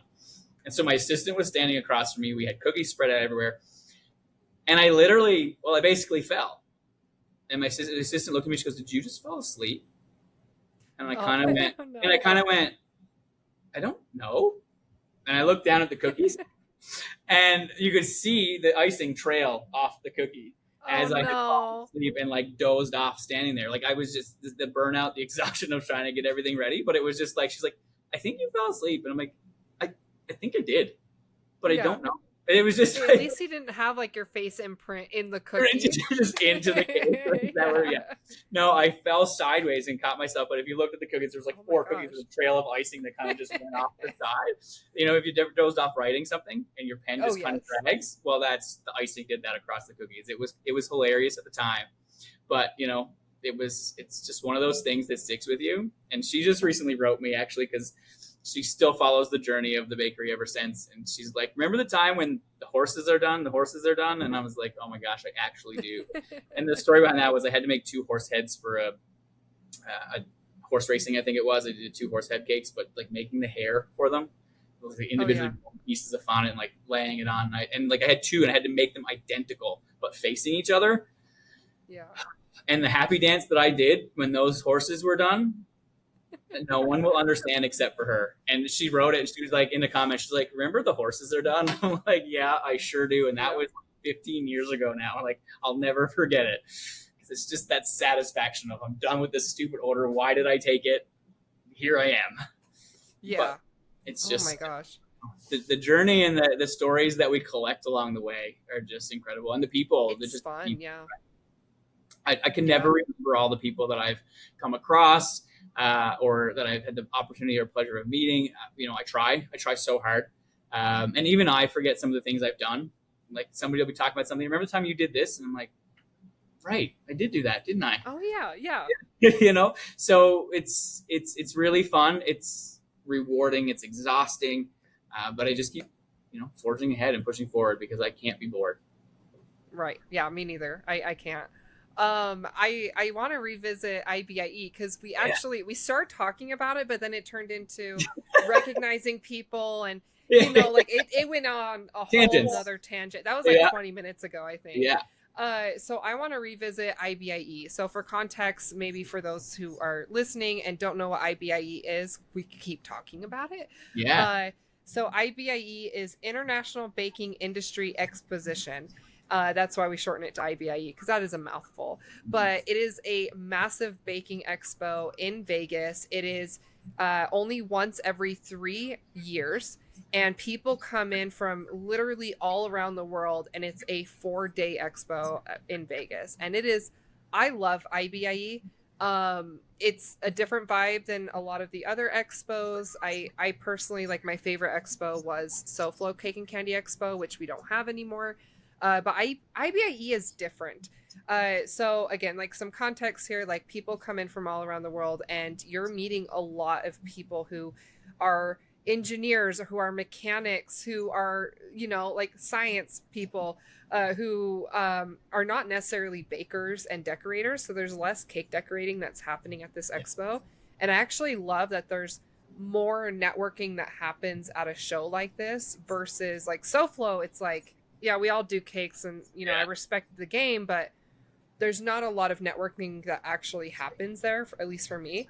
But IBIE, it's like, like, someone was talking about asking me to come and train their staff in Egypt, and I'm like, Right. great, I love that. Let's do it.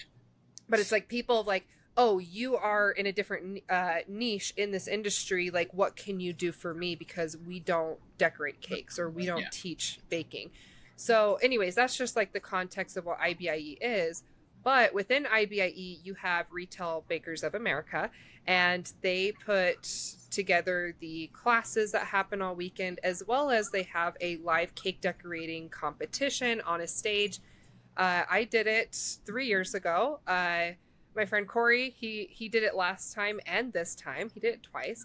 But yeah, his teammate dropped out at the very last minute, and I had to. He asked me if I would step in, and it helped that I lived 6 hours away. So I'm in Utah. I drove down to Vegas, but I think, correct me if I'm wrong, you guys have like from June or July till September to be able to plan 4 cakes you have to make 4 cakes over the span of 2 days. You're on a time competition. You only have 6 hours each day. You're up against, I think it's, what? Get it right. Oh, they cut it down. We didn't have a forced break last time. No, we were forced to take lunch. Yeah. So you guys had to make 4 cakes over the span of 2 days. You're competing against several other teams. And you put on this whole competition. And I stepped in. They had several months to plan, and when this teammate dropped out, Corey asked me to step in. So I had like 2 weeks, and there's a lot going on. That's a whole nother story, but like, I was dealing with a lot of stuff at the time, and I said yes. I love jumping on opportunities, and I did this live cake decorating competition, and I'm sad I missed out on it this year, but like, it was still so fun being on the other side of things. And I want to hear your experience on IBIE and working with Retail Bakers of America and doing the live competition, and have at it. Like, please. Yeah. So there like I said originally, I did it for shits. I applied for shits and giggles, see if we could make it. We made it. Now we're here. So we had a couple months to plan, but at the same time, again, because I'm a nomad and I fly by the seat of my pants on the best of days, I work well under pressure. So we go in with an idea. Because going in with a plan never works. Because when you see, like, and I seen a couple, and it actually was kind of proven from the girls who came in overall. The girls from Quebec, they were amazing. They were team one next to me. They had a detailed plan down to the minute of what they were going to complete. But on day one, they started falling behind, and they felt the pressure of falling behind that plan. And I'm like, that's why I don't make a plan. Because then you have that added stress of, oh, now we're behind the clock. Now we're 5 steps behind where we should be. We had an ultimate plan of what each cake would look like, the elements that we needed to have, the ones that, if they work out, they work out, that sort of thing. But going into some of these competitions, I don't have a full-fledged plan because, again, we get that added stress of the clock, and I'm not meeting I have to be done this by 9:15, I have to be done this by 9:30, and this by 9:50, and this, and when you miss one, now you're a task behind. And then our mental health and our state of mind starts to unravel, right? We start to spiral on, oh gosh, how am I going to catch up? What's next? How do I reevaluate my whole plan, my action plan? And you really can't. So we just kind of walked into that going, it is what it is. We have an initial plan. We have a vision of what we would like. This is what we do for a living. So at the end of the day, we're not really out of our element. The only out of the element being we have 5.5 hours to do it, not a week, like some of these cakes would take. And then the added bit of the interaction with the crowd. So people hate that. Some people hate that. Like my partner will not interact with the crowd. It's not her vibe. Like she will if someone directly speaks to her. But me, I thrive on that. I'm like, yeah, let's have a chat. They're like, aren't you supposed to be working? I'm like, I am working. Yeah, I had a whole chat with the audience to the point that the people running the show were like, please stop talking to her. And I'm like, I love this. Yeah, like this is what's keeping me going. If you didn't talk to me, I would be so bored right now. So it's for me, the interaction with the clients or the people around at the show was amazing, and I recognized faces that literally stood there for almost the 2 full days straight. I remember this one little girl, like she literally was from it. She would pop down to the other booth, but she's like, no one's talking to me, so she kept coming back up to me because I would interact with her. Like her parents owned a bakery, so they were out shopping at all, interacting with all the booths. And she was just kind of hanging out with me, her and her brother, and we hung out for like the 2 days, and it was just a really good experience to just let her see like this is how it all unfolds. And people know this isn't our best foot forward. We do what we can, but we're in a 5.5 hour time crunch. We're working with products that aren't our usual products. For most of us, we're working in environments that are really warm. I'm not used to warm weather, not like that anyway. 100-degree weather. So some of that stuff is all stacked against you before you even go in, and you have to go in with the mentality of things are going to happen and you have to be able to move on, because if you can't get over the fact that something's going to go wrong, you're going to spiral. And I'll never forget spring baking. I know I'm shifting for a second. One of the producers came over to me during one of the filmings and she said, I need your face. This was literally her words. I need your face to match what's going on the plate or on the counter right now. And I looked at her and I said, what you're looking for, it's not going to happen. I said, because the minute that my face matches what's going on down here, nothing's getting on the plate. Because basically there was a disaster happening. Things weren't going as planned ultimately, but my face was saying otherwise. Like I was still smiling, I was still interacting with the people next. You were being too positive with your face. I thought it was the opposite. No, so I was being very much like, everything's okay, I'm gonna be fine. Like there's gonna be a dessert. We pivot, we shift. What's our next move? Like that. That's my vibe. That's how I get through it. Because I know at the end of the day, even when it happens with a cake, I mean, things happen when you're working on a customer's order. Even though you might have had a month to plan for it and to make flowers and things, when we bake in the last minute and start decorating, does it fall over? Is it bulging somewhere where it shouldn't be bulging? We still have a deadline to meet and put up a good product for that client. So we have to be able to deal with that without spiraling, because the minute we spiral is when shit really unravels. And that's just human nature, because when things don't go as planned, we just spiral, and then spiraling gets us nowhere. So yeah, that producer wasn't too happy with me. So I go into the competitions knowing, IBIE especially, that things weren't going to go as planned. I had a plan, but I didn't have a set of plans. It was, I'll get done what I can get done. This is what I do for a living. It's nothing out of the ordinary except for dragging all of our 300 pounds worth of stuff across the country. It's still in shipping back at this point. It hasn't even made its way home to us yet. And that was 2 weeks ago now.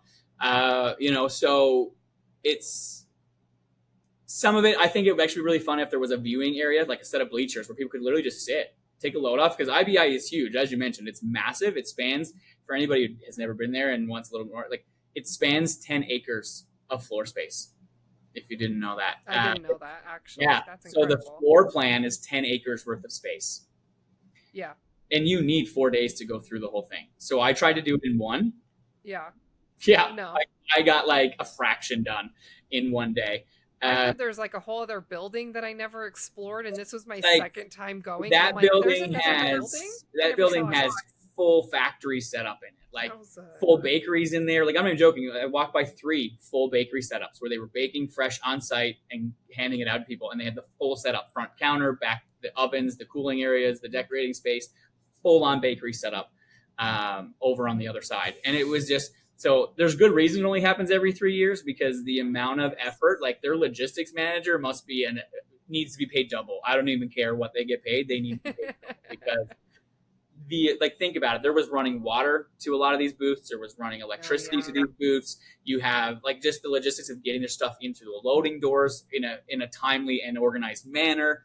And these companies are shipping their stuff weeks before, right? It's showing up randomly. And this person's wild to me that someone has that much organization skills to handle it. I hate that job. I would hate it. Me too. I don't, I work well under pressure, but not that organized. It's, I'm organized chaos at all times. I can tell you exactly what a recipe is written on, what stains on it where, and I can tell you where to find it, but I'm not organized enough to have it in a book, right. than the one I wrote. But, when it comes to my other recipes, they're just everywhere. But IBI was amazing. It was amazing to finally meet a lot of people that I never actually got a chance to meet in person. Would I venture back myself outside of the competition? I don't know, because Vegas isn't for me. I'm a pretty quiet person, weirdly enough, and I come from a very small town. You're not quiet. I don't know what you're talking about. I'm not personally quiet, but I'm a great introvert extrovert. As soon as I'm done with people, I'm done with people. And Vegas made me done with people because it's just so busy all the time. It literally is the city that never sleeps. And so when I got home, I was like, I went from the busy lights and streets of Vegas straight to a small, tranquil town in Bonavista Vista that has population a couple thousand, and it was this is peace. I could go for a walk on the cliffside right by the ocean, and the ocean breeze and smell, and is this is life. This is the life I like. But Vegas was definitely an experience. But IBIE was something that I'll certainly not forget for a long time. So can you talk about the logistics of the actual competition? Talk about the different categories and how you placed, and just anything you want to talk about as far as the competition goes. So out of the 4 categories, we know 3 up front. Well, the 4th one, that it's a fondant cake, and it's a 2-tier. So first category was wedding cake, and the wedding cake had to be no less than 4 tiers. And everybody got the same brief. And that's what I love about that category, is that we all got the same story. But seeing everyone's creative vision come to life around that story is where it's really exciting. Because we put up 6 completely different wedding cakes. I don't even know if you would even be able to tell they were for the same wedding if you really sat back and looked at the 6, just because everyone's creative expression of that story was very different. So if you were no one told you that the story was the same, I don't know if you would have known that each one of them were meant for the same story or the same bride and groom. So that's really fun with that one for me. We actually placed first in that category. Oh, I didn't know that. Cake. Yeah, so we placed. Maybe you did tell me, but I can't remember. I don't know. It's okay. Lots happened. So we did place first in wedding cake. The second category, which we had to make the same day, was the novelty fondant cake. So that was a 2-tier cake, and we didn't find out till the night before the competition. The theme, not only the design, but the theme, as well as the design. So our overall arching theme for everybody was board games, and then we picked board games out of a hat. I did not choose the Game of Life on purpose. It's not a good game. I don't love it. So I, luck of the draw, got the Game of Life. And so those 2 cakes had to be started and finished within the same day in 5.5 hours. If they were not on the table by 4 p.m., you were automatically disqualified from that category of whatever you didn't finish. So then and nothing can be pre-made. So yes, you can have a design in mind. So it's, planning and prepping is great and all set and good and well if you have 6 months to plan and prep, but there's nothing you can really prep ahead of time other than a design. You can talk about a plan, you can write out a plan, but nothing goes as planned in competition. So I don't know if any amount of time, because I actually had so much on the go in life in general leading up to that I didn't start planning those cakes till 2 weeks before IBIE. I really didn't. I was the night before building my structure for the groom's cake. The night before I flew out in my garage, cutting the boards, cutting the threaded rods. I was doing that the night before I flew out because I was just so busy. Day 2. Day 2 was a groom's cake, and the groom's cake had to match the bride and groom's story. So seeing how each person pulled out what they thought of the groom was really cool. But to me, a groom's cake needs to be 100% groom. And a lot of people incorporated elements of the bride, and really even elements of the wedding, which to me isn't a groom's cake. So we didn't place in the groom's cake. I was a little bit bitter about that because I think for me, looking at all of the cakes, we were the only team that actually only showcased the groom. Yeah, I saw that. And it's like, so I truly understood I'm not saying I had the best cake. The ones that did win, they were incredible. But when you talk about the brief of what the cake should have been, we really truly were the only ones who met the brief of what a groom's cake is, in my opinion. So a little bit bitter, but it's okay. We get over that. And that's competition. You kind of just got to go with what the judges say, and it is what it is. And then the second cake that day was a buttercream cake. So that had to be a 3-tier square, which everyone knows squares are brutal in a timed competition. And it had to be in the theme of the 4 elements. So earth, wind, water, and air. And how you showcase that was up to you. So we placed third in buttercream as well. And I think the only true reason, the cake was great. Wasn't what we truly envisioned in the end, but I think why we placed was how we actually positioned the cake.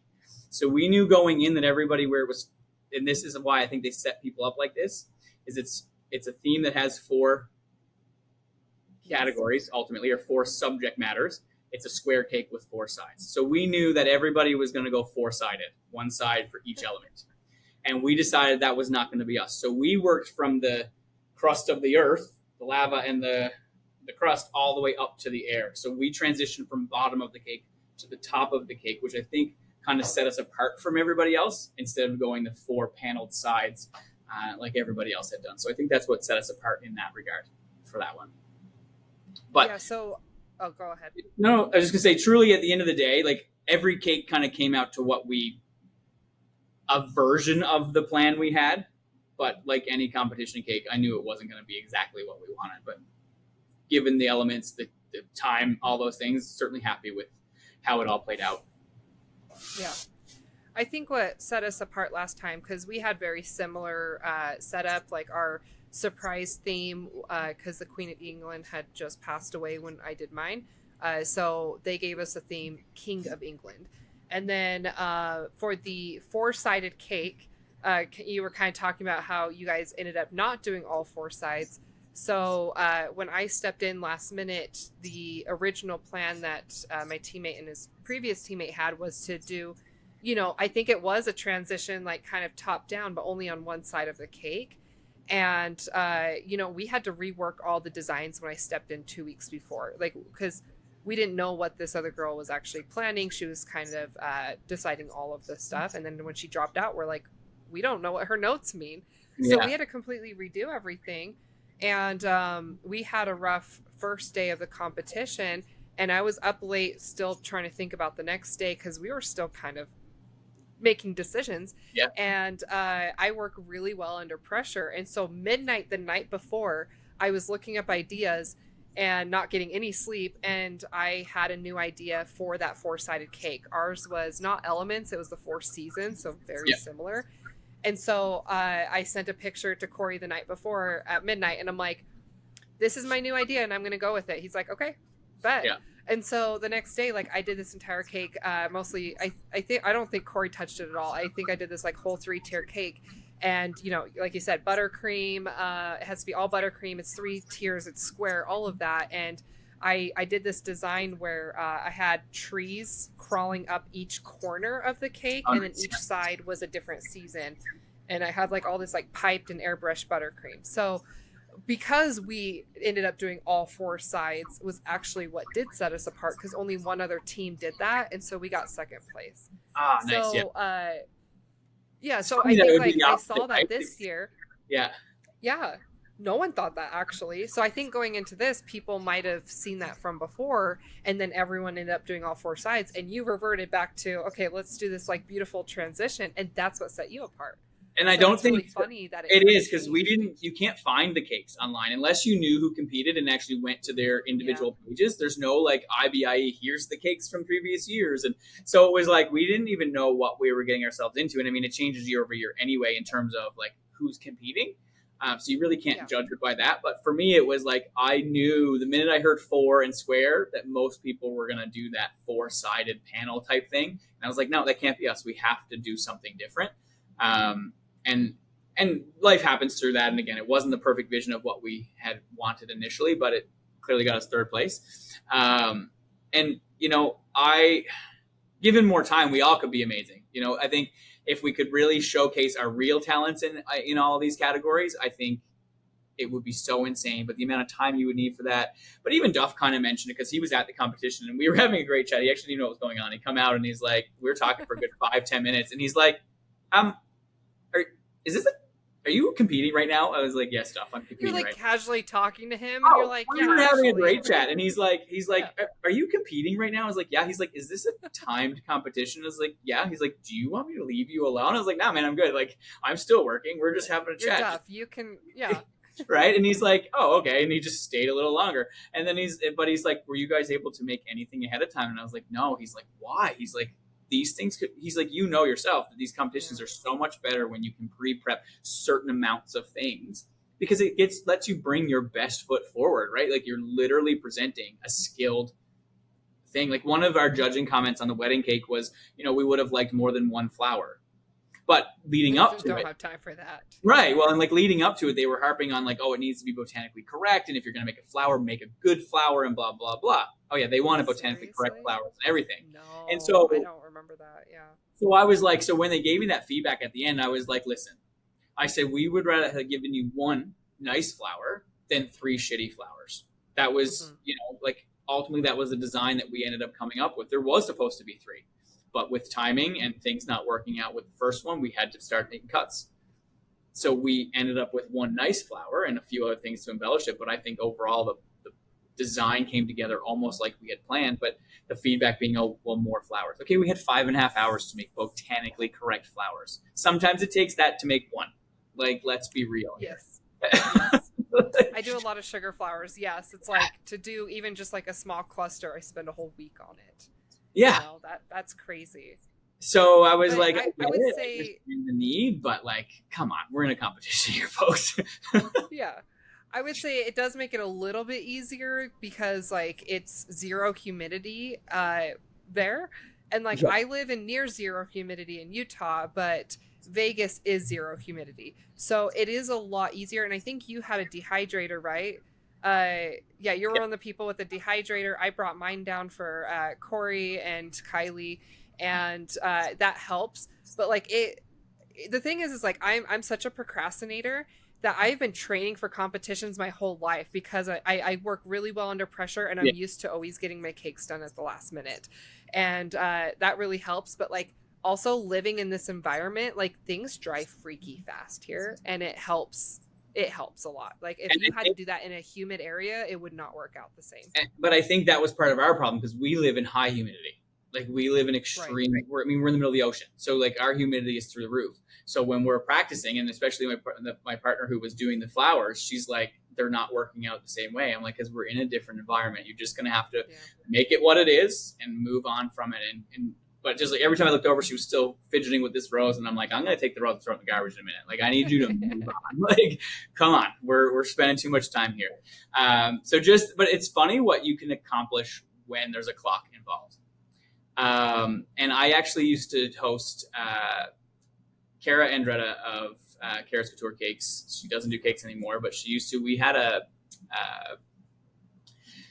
Caker's Escape pre-COVID that we had done. And it's funny because one of the things I did during the week we were together with the people that we brought into this retreat, we made a sculpted cake. And I used to set a timer. I used to show them, demonstrate what we were doing, and then I'd set a timer. I'm like, you have 5 minutes to do this piece for your showpiece.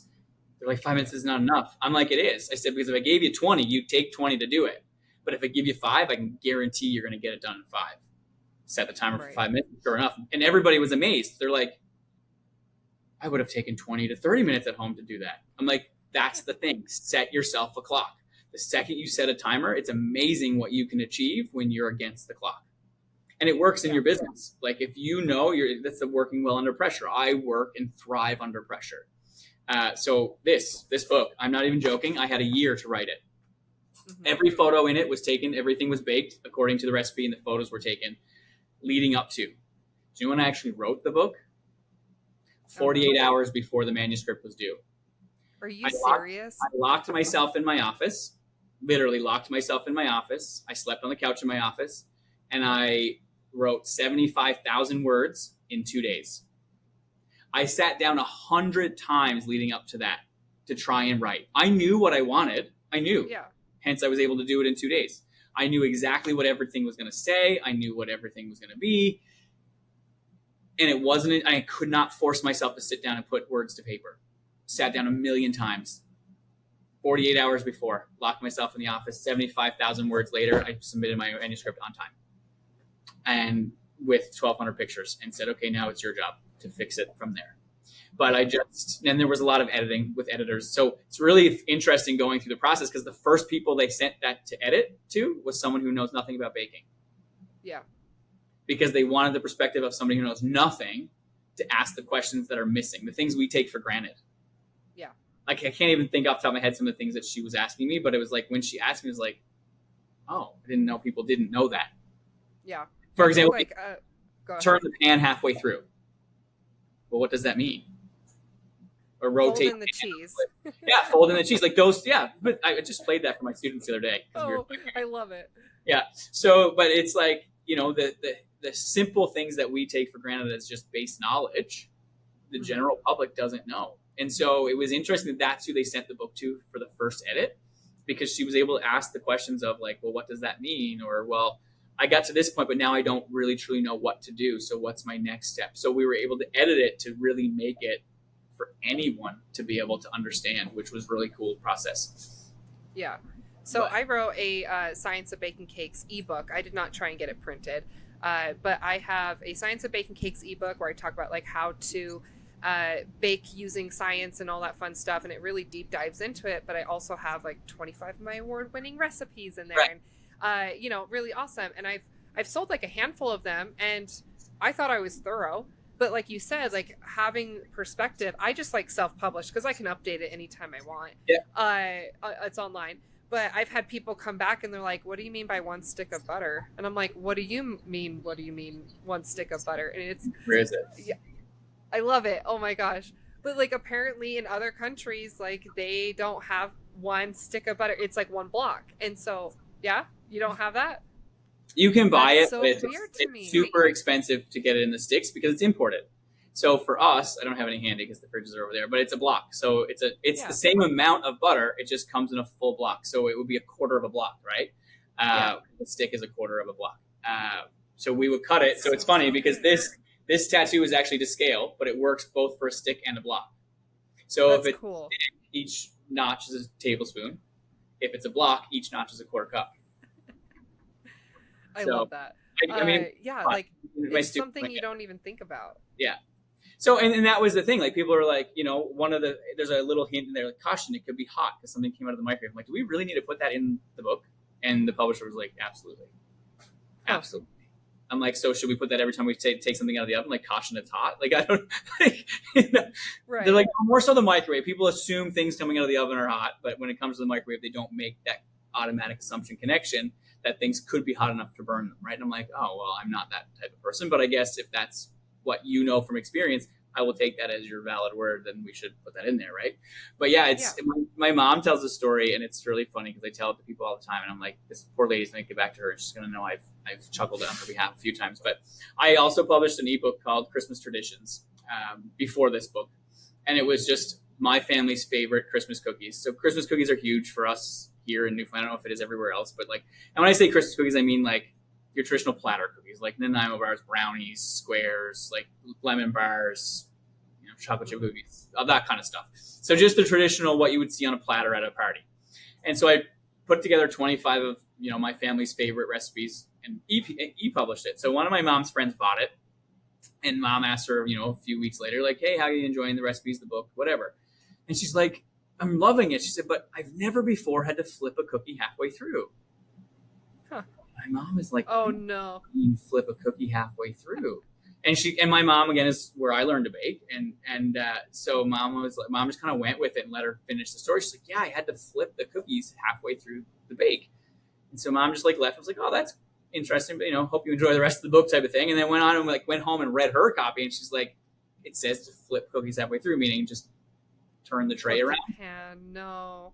But she literally flipped each individual cookie over on the tray, but it was just the wording was just to flip them, and making the assumption that everybody knew what that really meant, but they didn't. So it was, I use that as an example of just being very clear and direct about your, how you word things, and always assume that the person you're explaining to knows nothing. Right. Always enter with that assumption that they know nothing about what you're talking about, because chances are they don't, and they're not going to ask because they don't want to feel foolish, because it is such basic knowledge. And I really had to get over that teaching this, because I teach basic baking, like right from basics to advanced. The program's a year. We start with basics and we move into advanced after Christmas. But I really had to adjust how I taught people, because I had to walk in the room assuming that people knew nothing. And a lot of times they don't. How many meals are in a teaspoon? Most people can't tell you. How many meals are in a tablespoon? How many tablespoons are in a cup? I know we don't do a lot of volume. We do a lot of weight by weight, but at the same time, you still need to know those volumetric measures and what a basic tablespoon is. And so we start right from the ground up when it comes to learning. But that's where the true understanding comes from. You need that base knowledge, or else you're not going to be successful. You may not see it now or see benefit or purpose to it now, but later on it certainly comes in handy. You're scaling a recipe and it's like you multiplied it by 4, and now all of a sudden you need 16 tablespoons. Are you gonna measure out 16 tablespoons? Yeah. Right. You're gonna measure a cup, right? And that's just brain knowledge that I have tucked away that I can say, now that's a cup. Yeah. But yeah, so it's the fundamental of it and science behind it, and I think that's why I truly love baking. It's just the science of the whole process. Okay. I have some follow-ups for that. So for one, I did notice looking at this that you went with the weighing things out in like cups and things like that, Yep. which I was not expecting because you're in Canada. Because when I went to Canada, I was like, oh no, they use the metric system, and America uses the imperial system, and all of that. But also like we had to weigh everything. Yeah. Which really stressed me out, and I was really worried about that. I'm like, I don't know the metric system, but now like I know both systems so well because I learned in Canada and came back, and now like I can convert back and forth really well, and it really helps. So I don't know if you had a comment on that, and then I had a follow-up question. Yeah, sure. So there's a couple of reasons why. So first of all, Canada, we say we use the metric system, but we jump back and forth between metric and imperial in everything. Whether what we set our ovens to, our weather's in Celsius, our ovens are in Fahrenheit. We use, pounds and ounces. We use pounds and ounces for our weight, but it's not kilograms. So we're all over the place when it comes to that. But we buy our flour in 20 kg sacks, so we bounce back and forth. And it's funny because people don't understand that. But for me, for the book, the reason I went with volumetric measure instead of weight was because when a person who isn't familiar with the kitchen or baking sees weights, they panic. It adds stress. It adds a layer of stress to it that they're not used to. Because most people who are buying this book, it wasn't geared towards, people like you. Not, nothing negative about that. You have, you went to a cake school. You have your own science behind baking cake ebook. It's not necessarily built so much for the professional baker as it is the home baker and the person. Because in my opinion, anyone can bake. But you have to have a passion and love for it. And as cliche and as corny as it is, you have to have a love for it, because the secret ingredient truly is love. Because we can all take the same recipe, but we're not going to yield the same product, because we all add that little extra special bit of love in there. And that's what makes it what it is. But the whole idea was to make it approachable. I didn't want it to be something that people look at and go, nope, I'm not doing that because he's asking me to buy a scale and now I got to weigh stuff and it's not happening. I know I have this set of measuring cups that my grandma gave me and she showed me how to use those. I'm comfortable with that. So it's why I actually went that route. There was intention behind it. So everything in this book has been done with intention. The front and back of the book are washable. They're like a plasticky material. I love that feature. So they're actually a washable. That was a non-negotiable. The other non-negotiable for me was that it was a lay flat. And a lot of people don't know what that means. But the second that you break the spine on the book, it lays flat and doesn't flop back open. So the pages don't go, woo, when you're trying to read a page.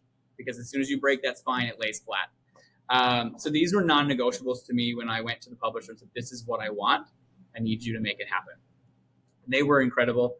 The book is laid out so that you have the base fundamental recipes at the beginning. And then throughout the book, I show you how to manipulate them to be something different. And so it all has intention. Everything was done with purpose and with intent. I show you how to do every recipe has a picture, because I hate buying a book that doesn't have a picture associated with the recipe. I want to see what I'm supposed to make, whether it looks like that in the end or not. I want to see what I'm supposed to be making. So every recipe has a picture associated with it. And then every recipe was made based, every picture, there's no Photoshop to any of the pictures. You actually look close enough on one of them, you can see the cracks in the custard, because it was set in my fridge for too long before we photographed it, and the custard started to crack. And I was like, I don't want you to edit it, just leave it. Because the photographer was like, I can edit that. I was like, nope, I want it to be photographed as it's pictured, as it was assembled. That's what it was, because that's what the general public are going to have when they go to make these things. So the cakes and cupcakes are both made. So I had lots of cake and cupcakes when I made this book. So like the cupcake version is here, the cake version is here. It outlines literally layer by layer. So I show you how to layer the cake. So it's like level the cake. So layer one is this, then this, then this. So it's structured so that every layer is showing you, as if you were to cut the cake in half and look at it, how it would be. And I actually have what I call my clip art version of this book. I actually drew most of these in colored pencil with all the layers, with all the things. And I have like a version of it that I kind of pre-did as this is what I want the book to look like. I have the handwritten version of it. But I just wanted people to find baking to be approachable, because some of these cakes don't look approachable.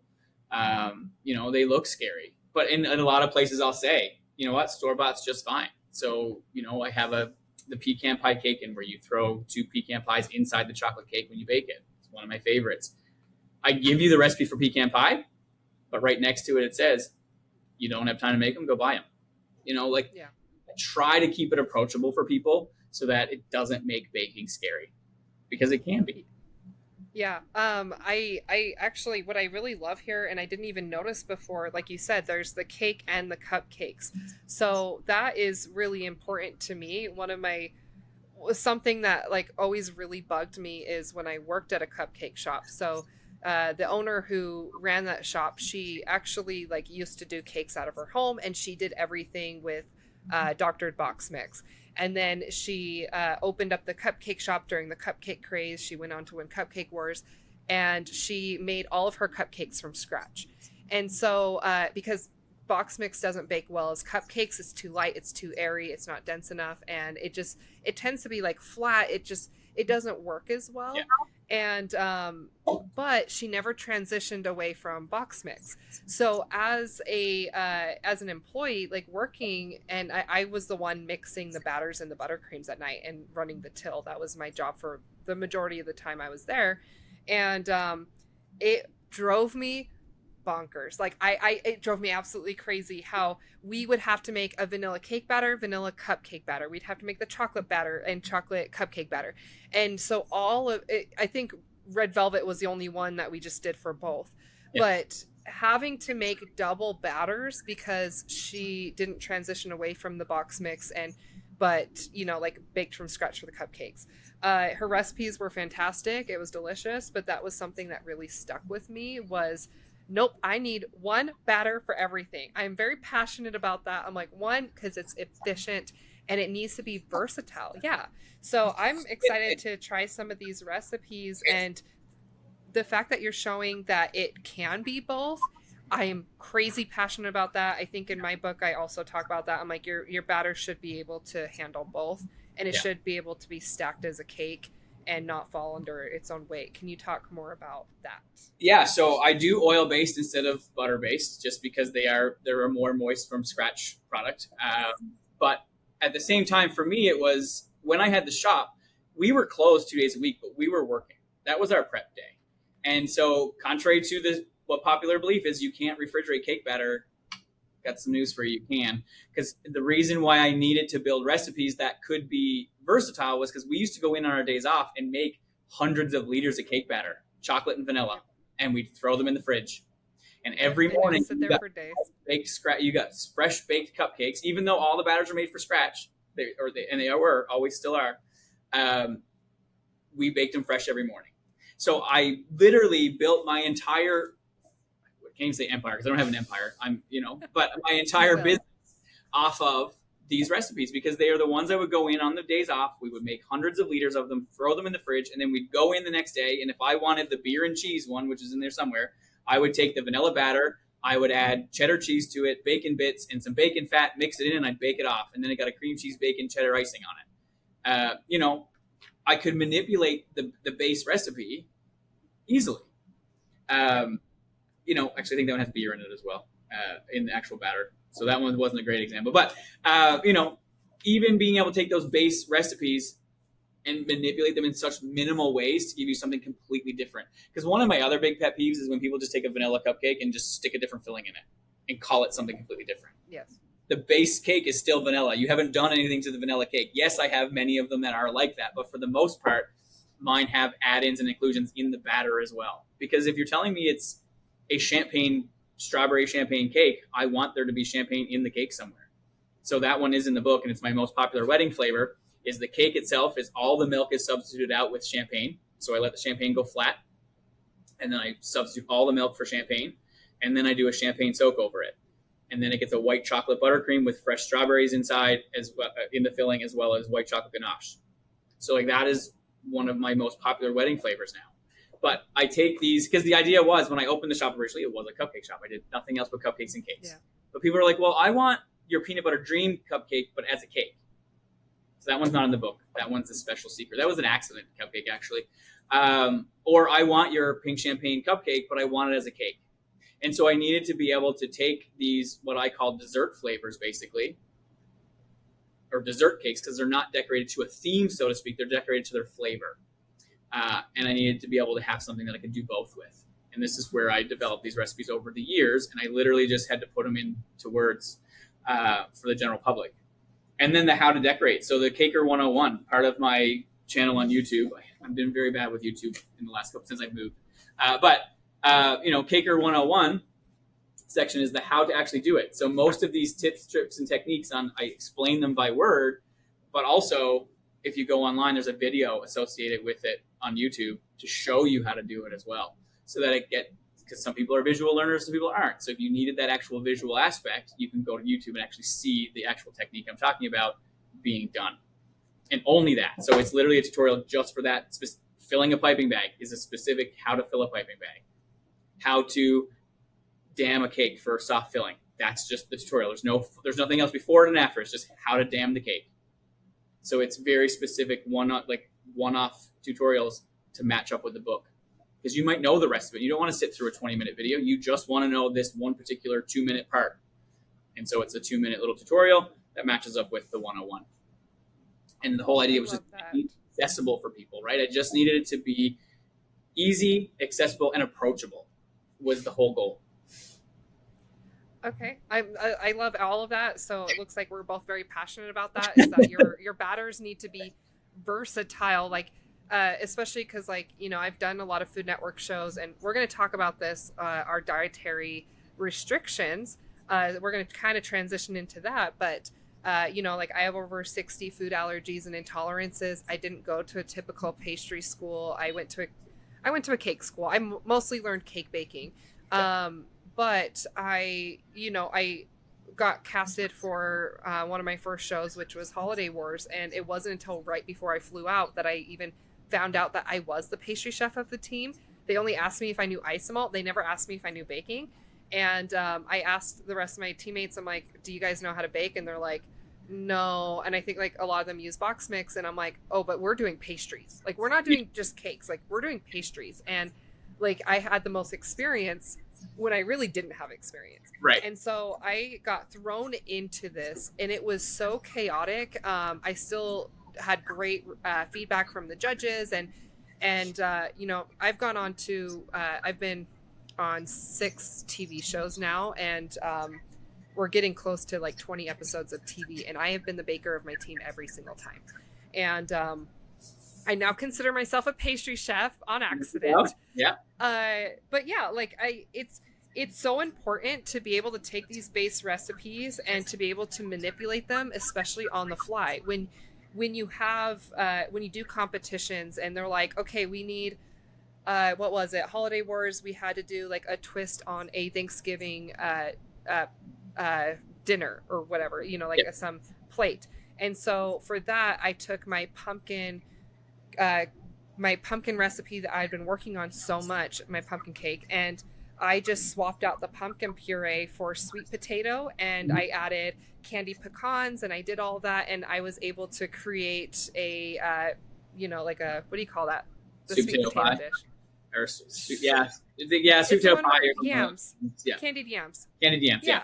So I was able to make a candied yams cake. So I've repurposed that same recipe. I've swapped out the pumpkin for grated apples, and I was able to make a spiced apple cake for Santa's baking blizzard. So having that base recipe, like you're speaking my language here, Yeah. of being able to just swap it out, especially on the fly, or if you have a weird request, from a client, and you can be like, yeah, I'll just take my lemon cake recipe, I'll swap it out for lime, I'll add ginger, and I've had to do weird stuff like that, and I don't test it ahead of time, and I know it's going to turn out great. And I do this even like I tell students too. Sorry to interrupt you, just about base recipes, okay. and I drive that home for students here. Is I want you to understand the basics, and no, you're not going to get into all the pastries that you might see floating around my page or things that you see me selling, but let it be known that you have everything in your repertoire to do that when you leave here. I teach you all the basic components of all these, like an entremet. We don't unfortunately get a chance to tackle entremets in the program. Okay, we're just so heavy down with everything that entremets aren't a thing we get to do. But we do mousses, we do berry fillings, we do cakes, we do cookies, we do glazes. So by the time we're done, you have all the knowledge and power to put together an entremet. It's just one step further. So, but understanding the basics of what an entremet is, first of all, and what it should include is all good and well, but now break it down. You know what that is. Like, let's talk shepherd's pie for a hot second. It's a whole different ballgame, but I remember when I was in nutrition and I did up a menu, and I had a youth who would refuse to eat shepherd's pie. Like, put the place up. Like, literally, I don't know if you know what shepherd's pie is, going to explain it in a second, but yeah. So, like, refused. Like, straight up was like, absolutely not, I'm not eating that. I want something else. Like, put the whole place up before they even tried it, before it was even cooked. And so I sat down and I'm like, why don't you like shepherd's pie? Like, why do you have such an aversion to this food? Maybe there's something triggering that I don't know about, like, and I would love to chat with you about that. And it ultimately boiled down because they didn't know what it was. And when I explained that it's simply, mashed potato, gravy-ish, bit of vegetable, and some ground beef or meat of some sort, they were like, oh, I like all those things. I'll eat it. And that's all it took, was an explanation of what shepherd's pie was. And so it comes back to the basics of food. When we understand the basics and understanding of that an entremet is just, has to have these 4 base elements. Well, you know all of that when you leave the kitchen with me. You just have to put them together in a different way. So students get hung up on that. Well, how come we haven't learned that exact thing that you did on your Facebook last week? Well, you did. You did learn it. You just got to open your mind up to say, okay, well, actually, it's just a lemon curd, and it's just a fruit filling, and it's just a meringue. But you can do that. You know all of that. Stop focusing on just what the recipe says. So having versatile recipes that I can switch around. Spring baking championship was the same thing. I had to make something with mushrooms, goat cheese, and breadsticks, dried breadsticks one time. That was the challenge. Yeah, it worked out. I did great. But like, you have to be able to manipulate these base recipes and understand the science behind, if I take out one thing, what can I add? What do I have to add back in to make it work? We had to swap out white sugar for agave, which you can't do one for one. So knowing the science behind doing that kind of thing, it is very important. Yeah. So kind of going off of that, like, I went to go make, I don't remember what it was. I went to go make a recipe. Oh, I think it was a pumpkin bavarois. So I had a bavarois recipe that was supposed to be passion fruit. And I'm like, well, I think I should be able to swap out that puree for pumpkin puree. It's, a little bit thicker, but I think I'm going to try to do that. And that was like while I was filming a show. Yeah. And so I was able to make a pumpkin bavarois. But as well as that, they didn't have gelatin sheets. And typically, if gelatin sheets, you have to soak it in water, and then you have to incorporate it in a specific way. They only had gelatin powder. And so, like, I had to figure out the conversion of, okay, well, this many sheets is going to equal, this many teaspoons or tablespoons of gelatin powder. But also, where I incorporated and how I incorporated it was completely different. And again, that was on one of my first shows where I was like, I'm not a pastry chef, but I found out, like, oh my gosh, like I'm good at this. I was Yeah, yeah, terrible at I was yeah. terrible at chemistry. I failed chemistry in high school, but now I'm obsessed with baking chemistry, and I'm able to swap things out on the fly, and it's addicting. It's so It fun. is. Yeah. No, Yeah. and it is. It's same thing. You know, what the very first challenge again back when I was super new to baking and did spring baking championship. The first challenge we had was to create an ombre cake, a naked ombre cake, incorporating an herb as the special feature. So I got parsley. Parsley is not something you ever feature. Parsley is something you garnish a plate with. But Yes. that was my featured herb, and I ended up walking away winning that challenge. That cake is actually in the book. But it's understanding flavor. One of my other favorite things, other than swapping things out and reinventing recipes, is flavor profiles and adding things where they shouldn't be added, and combining flavors that you wouldn't think of. And the Flavor Bible is really good for that. So if you don't have a copy of the Flavor Bible, get yourself one. I have to buy a new one because I've lost mine. But it's an incredible, we'll call it an encyclopedia / dictionary of ingredients. So you basically, have you heard of the Flavor Bible? Or have you seen it? Yes, I know of it. Yeah. Yeah. So like basically, if I wanted, so strawberries was one of my ingredients. Now I'm gonna open up the strawberries. And I'm gonna read a list of like 40 things that pair well with strawberry, and I'm gonna pick the weirdest one, Yeah. and I'm gonna use it. And then I'm gonna go to that weird one, and I'm gonna cross-reference that weird one somewhere else in the book and look through and be like, okay, now I'm gonna pick a third flavor that's gonna highlight both of them that actually lines up with both strawberries and the weird flavor. Strawberries and basil work great. It's in the book as well. Under my strawberry shortcake, I put basil in the strawberry filling, and cardamom. Strawberry, basil, and cardamom, great together. Yeah. Actually, one with a strawberry basil cake last season on Halloween Wars. Amazing. Yeah. So strawberry and basil are great together. Strawberry rose. So like I boiled roses down right in my strawberry jam. Ooh.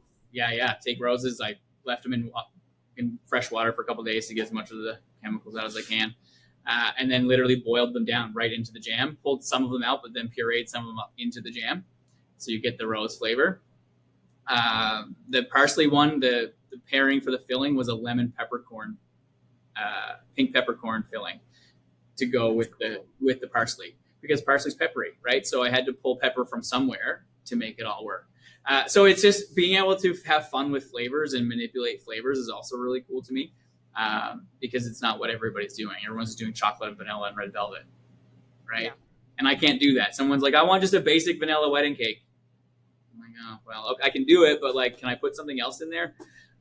You know, I want a chocolate wedding cake. Okay, well, I'm going to make it chocolate, and I'm going to do a chocolate liquor soak, and I'm going to do a chocolate buttercream and chocolate ganache and probably some chocolate pieces because it needs texture. So like, I'm going to add chocolate as many times as I can, but it's not going to be just chocolate cake. You know, so it's kind of what I love to do, and my wedding cakes are anything but boring on flavor. They look great on the outside, but also taste great on the inside, because that's also very important. Yeah. Can you talk about your dietary restrictions, because that is really important for a lot of people. I'm very vocal about mine, and I've had people, come up to me at like expos and things, and they're like, wow, like you're such an inspiration. And I've cried with people over their dietary restrictions, or I had this one lady who said that her son had, I can't remember, some extreme health condition where he was very limited on his diet. And she was saying like, she's like, seeing you thrive despite like your limitations gives me hope that he's going to be okay. And like, we both just cried. So like, I know it's really important for people. I'm going to get emotional here. So like, I would love for you to talk about that aspect of, you wrote a whole book. I did. Fantastic. Yeah. But you don't even eat a lot of what you make. And so no. Can you just explain that a little bit better? So it's unfortunate, because I didn't want to have to change careers again. And because I do truly love what I'm doing. And that was the hardest part for me, was I either have to find a way to live this lifestyle and continue in the career that I'm, like I said, from the beginning of this, every time I tried to get away from it, I got pulled back in, right? This industry kept pulling me back because I have a true passion for it. So I do eat a vegan or plant-based diet outside of the kitchen. And I don't even love eating the things that I make inside the kitchen, because they don't make me feel good. So coming from a nutrition background, I always ate a decent diet, or what I thought was decent. And I thought I felt good. But I was on a couple medications and I just really wasn't feeling great. So I was doing a lot of reading and research on, what can I do to change my diet, or how can I, make adjustments so that I can come off some of these meds, or I can feel better than what I do. And everything led me back to vegan or plant-based. So this has been 8 or 9 years now, where I just stepped back and I said, you know what, I'm going to give myself 6 months. 6 months is a good solid effort to say, if this dietary change is actually going to be beneficial to me or it's not. And so I consulted with my doctor. I said, hey, this is my plan. Here's why I want to do it. We did all the vital, the blood checks and all the, make sure everything was good before I even went down that route. And he looked at me and said, now listen, if you're going to do this, you can't tinker. It's not like one day I'm going to eat cheese and one day I'm not. You need to go all in, headstrong, and actually buckle up and do it. And I did. And here we are 8, 9 years later. And again, what I thought I felt good. The reason I never went back was because A, I came off 2 meds. B, I dropped 36 pounds of unnecessary weight within 6 weeks. Serious? Yeah. And I did it in a healthy way. It wasn't even unhealthy weight. It was 36 pounds of fat that I was able to keep off right off the bat within 6 weeks, gone. I was sleeping better. My skin was better. My digestive system was better. Everything about my health completely shifted. So at the end of the 6 months, I reevaluated and I said, why would I go back? Why would I go back to feeling miserable? And this was the biggest challenge for my family, my wife included, and she still to this day talks about it, that she grieved me switching to a vegan diet. It was hard for her because our whole life as we knew it changed. We couldn't go to the same restaurants. We couldn't go to the places we enjoyed. We couldn't do the things we always did because I changed the way I was eating. And I changed the things that I enjoyed. I mean, don't get me wrong. Love a good steak, love a good pound of bacon, love all those things, but my body doesn't love it. And it made me feel miserable on the best of days. And even eating it in a small amount. I had someone look at me a couple months ago and go, do you ever just cheat and eat, a steak? I was like, it's not cheating if it hurts me. Mm-hmm. I don't look forward to that as a cheat meal if I know I'm going to be in pain and agony for the next 2-3 days after. Why would I do that to myself? Because this person is celiac, but every now and again will eat a piece of bread because they miss that bread. I'm like, I miss bacon. I miss a good steak, especially barbecue season. But I would never put my body back through that because I know how miserable it makes me feel. So, I mean, I've ran catering companies while being vegan and not as vegan. I owned a couple catering companies. I consulted with catering companies. I have the bakery, and I teach pastry arts. It involves all those things. But I had to learn to adapt my behaviors to my diet. So I got to the point in cooking that I could adjust the seasoning by smell alone. I could tell you what something needed just by smelling it. And people make fun of me when they get a meal. I'll be like, can I smell it? I'm like, sure. I just need to know, because your olfactory is all connected, right? When you eat, your smell is involved with actually tasting things. So I can almost taste it by smelling it. So this one lady I was consulting with, she ran a catering company where they were doing pre-made meals. And after so many days of being in the kitchen with her, she's like, why do you keep smelling the food? I'm like, well, because I can't eat it. Like I can't eat it to see what it needs for seasoning. So I had to learn to smell it. Or I had to learn to season through smell. And so it just got to the point where she would just stick things under my nose and go, what does it need? And I'd tell her and she'd put it in and she'd taste it. She's like, how'd you know that? I was like, it was that or change careers again. And I really couldn't change careers. I had to adapt to where I am. So the days that I do have to grade students because I have to eat their stuff, I do take a med to try and counterbalance some of the body issues that I'll have. I don't love doing it, but I only grade once a week for that reason. So they have to hold everything until Thursdays. Thursday mornings, I do my grading, and then I'm miserable for the rest of the day. But it was that or change jobs, really. So I kind of had to learn to live with it. I haven't touched meat like eggs, milk, and creams because of baking. I have certainly tasted over the last 8 years, but I haven't touched meat in over 8 years. Wow. So any That's animal, really hard. no gelatin, no, like for work I do, but I won't go eat gelatin at home. I won't, because my body just does not accept animal products. It cannot digest it properly. Can you do fish gelatin? I've never, I can do agar. Like I said, I've done seaweed gelatin. I've never tried. If it comes from fish, I'm going to go with a no, because any other animal byproduct has not worked out for me. That's crazy. Yeah. So really hard in the food industry. I can relate. And I do love food. That's the thing. But I'm to the point now in my life that if I was told I never had to eat again, because food is just life sustaining, I would be okay with that. I've lost my joy for eating, unfortunately. I'm not going to lie, until I find a really good vegan restaurant, which I did find one in Vegas. I can't remember the name of it now. It was So a now taco. you have a reason to go back. Right, just for the tacos, yeah. Just for that. It was a taco place, and when I went out and I was reading the menu, it just read as a normal menu, and I was like, "Hey, can you do this but vegan?" He's like, "Everything on here is vegan." And I was like, "Well, now I don't know what to order. I want everything on the menu." And I ordered like 4 or 5 different types of tacos, and I ordered nachos, and I just ordered so many things, and I sat and ate all of it, and I was so happy. But finding good food, like I do enjoy good food when I don't have to make it myself, but finding good vegan food is tough. Yeah. I would say like my diet is all over the place. Like that's a long history. But when you're talking about smelling things, I actually didn't know that was a thing because I've always had like an extremely dull sense of smell my whole life. And something had to be like right under my nose and like maybe I could smell it. And, like I've struggled with that until recently. But I had a teammate on a show who was like, oh, just go into the pantry and see what smells good together, because we're baking on a fly. And I was like, that's a thing?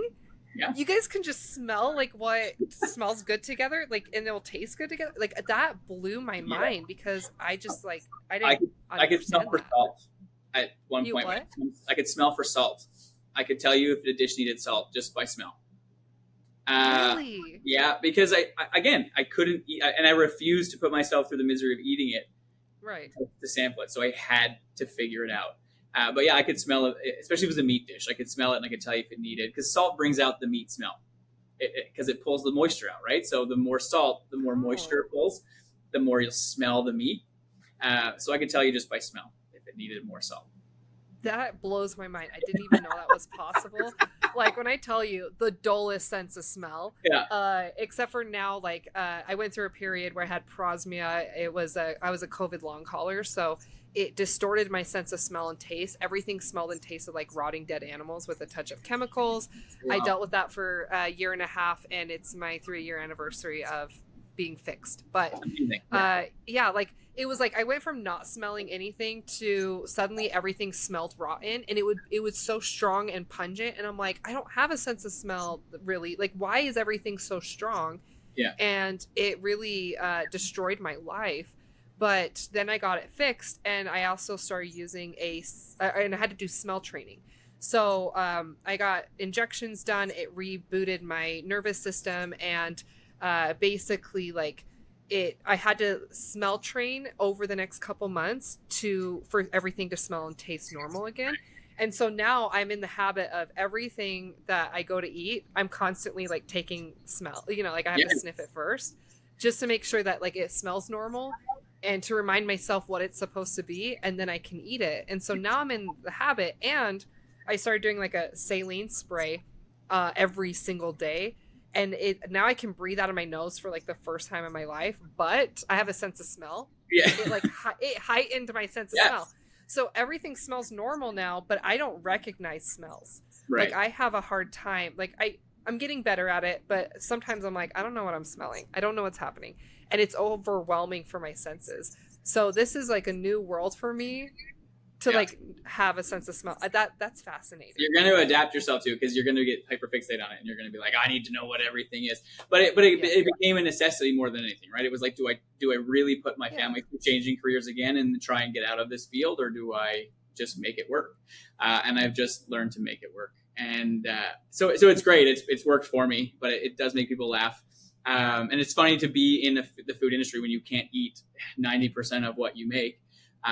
So I love when we do the dietary course because I hoard all the food and all the vegan stuff we make, and I freeze it and I get to snack on it all year because I don't bake at home. I do it so much in my day to day that I'm like, no. So if anybody bakes at home, it's my wife. She bakes with the kids. I don't. For the longest time, we moved into the house that we're in right now. When I finally moved the bakery out of the house, I moved it out of the house. There wasn't a set of measuring cups. There wasn't a set of measuring spoons. There wasn't anything. Because I was like, nope, I am not baking outside. And you're not getting sucked into work. that, yeah. And anyway, we finally slowly brought stuff back into the house so that my wife could bake with the kids. But I didn't do it because I was so in it all day long and I didn't want to do it at home. Yeah, so I am colorblind. I red green, and so colors are challenging, and I can color match all day long because I'm matching what I see. So if I'm matching what I see, you're going to get what you asked for. But if you ask me for a color, my wife was always the consultant on that. I'd be like, hey, babe, is this the color it's supposed to be? Because I'm terrible for it. I'm really, really bad at colors because I'm colorblind. So cake decorating was always a joy. But I'm good at it and I enjoy it. And it's just, I had to, again, learn to work with it. So I had to bring people in and be like, I need you to let me know if this is the right color. Or I'd take pictures of stuff. It was super late at night, knowing my cake friends would be up. I'd take a picture and send it, like, is this the color I'm looking for? Oh, that's awesome. Yeah. Yeah, I have to rely on other people, my family, where it's like they're my professional taste testers. And Yeah. I trained my sister over the years. She loves it. But basically, like, I would have her sample things and she'd be like, oh, this is so delicious. I love it. And I'm like, no. And like, I would try some things next to her if I could. And I'd be like, like it actually lacks flavor and it needs more salt and it needs this and it needs texture. And because like I would taste things side by side if I could, and trained her in that way over the years, like she's become very good at it and she's able to completely like help me. And unfortunately, she just found out she's allergic to corn, like really bad, and I'm really allergic to corn, and that's in everything. So she hasn't been able to be my professional taste tester as much lately. But and like a chocolate is bad for her. She has like really damaged vocal cords, so chocolate actually makes the vocal like she'll lose her voice sometimes. It's so bad. But anyways, like I still, my family, they've gotten all better at sampling things and giving me the feedback I need, so that I a lot of times have never tasted things that I have made. It's really funny that you had family who were like praising everything. My wife was the polar opposite. If you ever want an honest feedback, give it to my wife. Oh, I love that. She's like, nope, no, that's a hard no. Like she will straight up tell you what is a no, what is a yeah, what works. Like I'll bring stuff home from the students when they bake, because we sell off all their bakes once a week That's cool. to the community. So it's a fundraiser. So it's just a pay what you can, take what you'll eat situation. So it's all by donation. We open the doors to the community. We got to bake it anyway. And so then I'll also bring home some stuff to the family, and she'll be like, oh, who made this? And I'm like, I have no idea, because I just take it from the tray. She'll be like, oh, it was not good. I hope you didn't pass. They didn't get a good grade on it. Or like, oh, this was amazing. I hope they got a great grade. I'm like, I don't know who made it. And I also have to take into account that they're learning. Like some of the stuff might be overcooked. Some might be slightly undercooked, over-seasoned, under-seasoned. Like we have to take some of that into consideration as a learning environment. But yeah, she's brutally honest for feedback. She would, from day one, will tell you, if I ever need to be humbled, I take it to her. I'm like, here, what do you think? Yeah. Like, well, that's crazy. Yeah, she's this. But that comes back to the support system, right? Because again, she doesn't want to see me put something out, or like whether it be a cake design or whether it be a flavor or whatever. She doesn't want to see it flop because I think it's great, but really someone's going to be like, oh, what the hell is that? She's giving honest feedback, and that truly is a support system at the end of the day, right? Yeah. Well, my husband will eat anything. Like he's like a garbage can. Like he'll eat things that fall on the floor, and I'm like, that's disgusting. So like he's not picky whatsoever, but he is such a naturally gifted artist.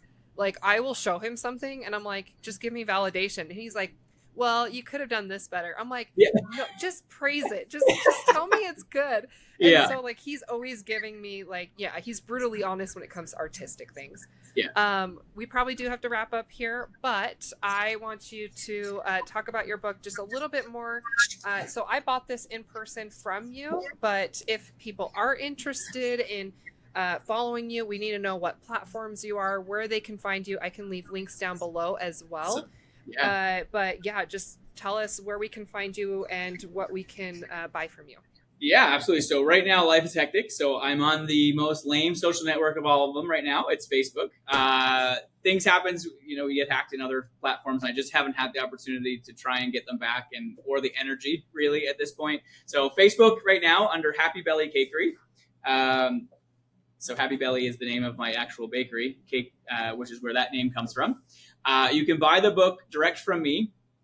Tariffs and mailing and all that stuff is a bit tangly right now. So I don't know exactly the cost of shipping, but if you want a signed copy and get directly from me, you can purchase directly from the publisher itself, which is breakwaterbooks.com.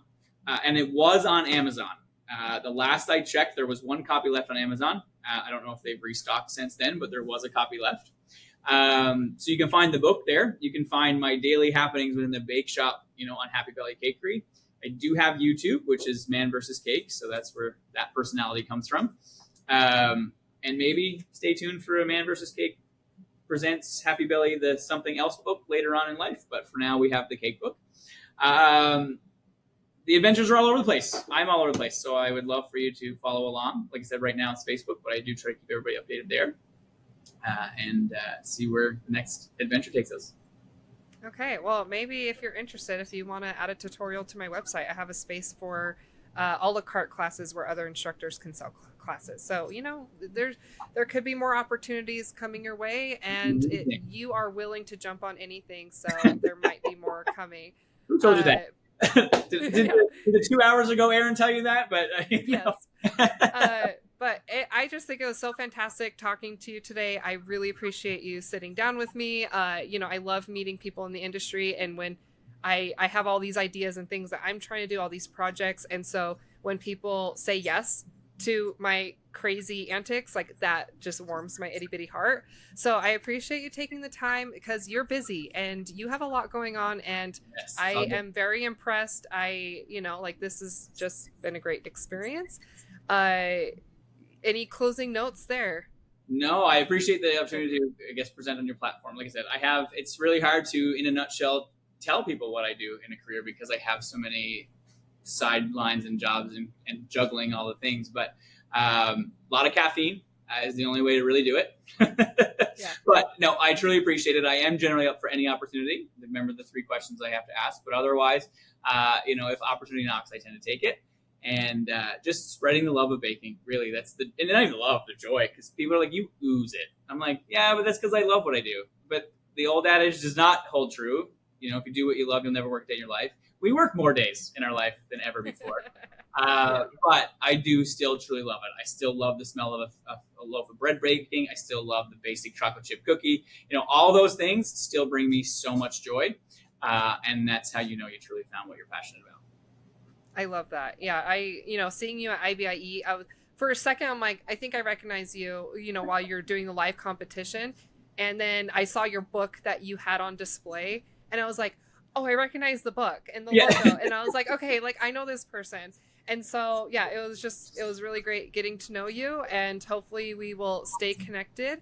Thank you for joining my new Hope Sugar Collective podcast, where I interview people like you and get to know your stories and, just see what you have going on, and the way that a lot of us are, especially now post-COVID, a lot of people are trying to carve a new direction in this industry, because I think a lot of people took a break during COVID and then they came back after and wanted to hit the ground running and get back to normal. And then they realize that normal is no longer what works for them. And I'm seeing a lot of people trying to shift into new directions and trying to see what is out there that they can pursue outside of just taking custom cakes. Just on that same note, post-COVID was part of the reason why I haven't fought for my social media back, because I truly realized that I was sick of chasing the next viral video. Yep. And I don't know, or the next viral post or the next viral technique. I was sick of constantly trying to feed and fill that area of social media, because it was taking the joy away from what I do, because I was just seeking validation from people to say, oh, that's a cool technique, when most of them are just old techniques that became new again because the right person posted it. Now, I'm not saying there's anything wrong with that, because some people thrive in that environment, but I was just getting sick of that environment. I needed that shift in careers and in trajectories to say that's not where I need to focus my time, which is why I haven't really fought to get Instagram back so hard. It's kind of I kind of like my little niche market here in Facebook world, where I can kind of still control what's going on. And I don't need that viral video to make me feel, not saying it doesn't make you feel amazing, but I think it's that constantly seeking, am I doing good enough content to be the next viral video, is where the stress came in. And I didn't want that added stress. We have enough stress in our life. that I I couldn't. love that. Yeah. You've set boundaries, and I hope that encourages other people to set boundaries and find a new normal for themselves and carve a new path as well outside of a Yeah. bakery or outside of custom cakes. So, anyone who's listening, Hope Sugar Collective podcast, you can find me on YouTube. You know, we have the video podcast on YouTube, as well as it's going to be on Spotify, Apple, and my website. So, I'm Emerlie Miller with Neo Sugar Rush, and thank you so much, Aaron. This has been a fantastic conversation. Thank you so much. Have a good Happy day. belly, happy life. Yeah.